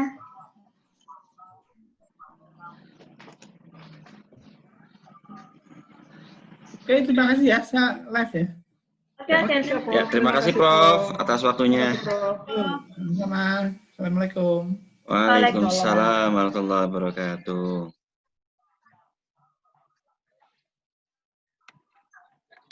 Ya, silakan bagi mahasiswa untuk mengisi link kehadiran.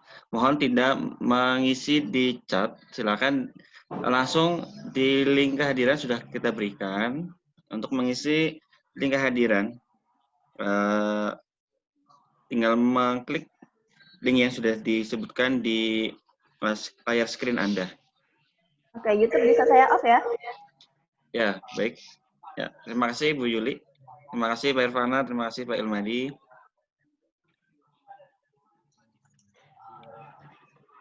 Sama-sama Pak Tabar. Terima kasih Pak Irfana. Sama-sama Bu Yul.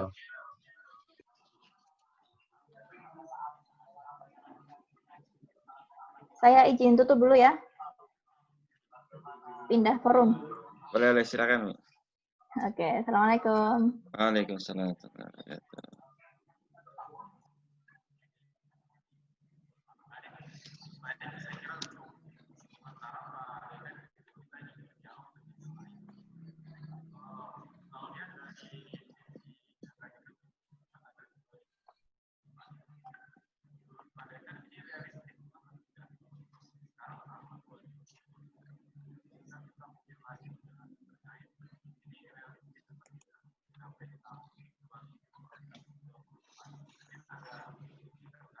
Filmadi? Ya, Coba. Pak. Yuk. Ya. Halo. Masih di kampus posisi? Masih saya ikut Zoom 2, Pak. Yang mana, Pak? Nih. Oke, siap. Borong, Pak. Habis Oh, ini iya. kita pindah ke Borong, Pak. Oh ya, maaf. Saya lupa ya. Saya matiin dulu ya, stop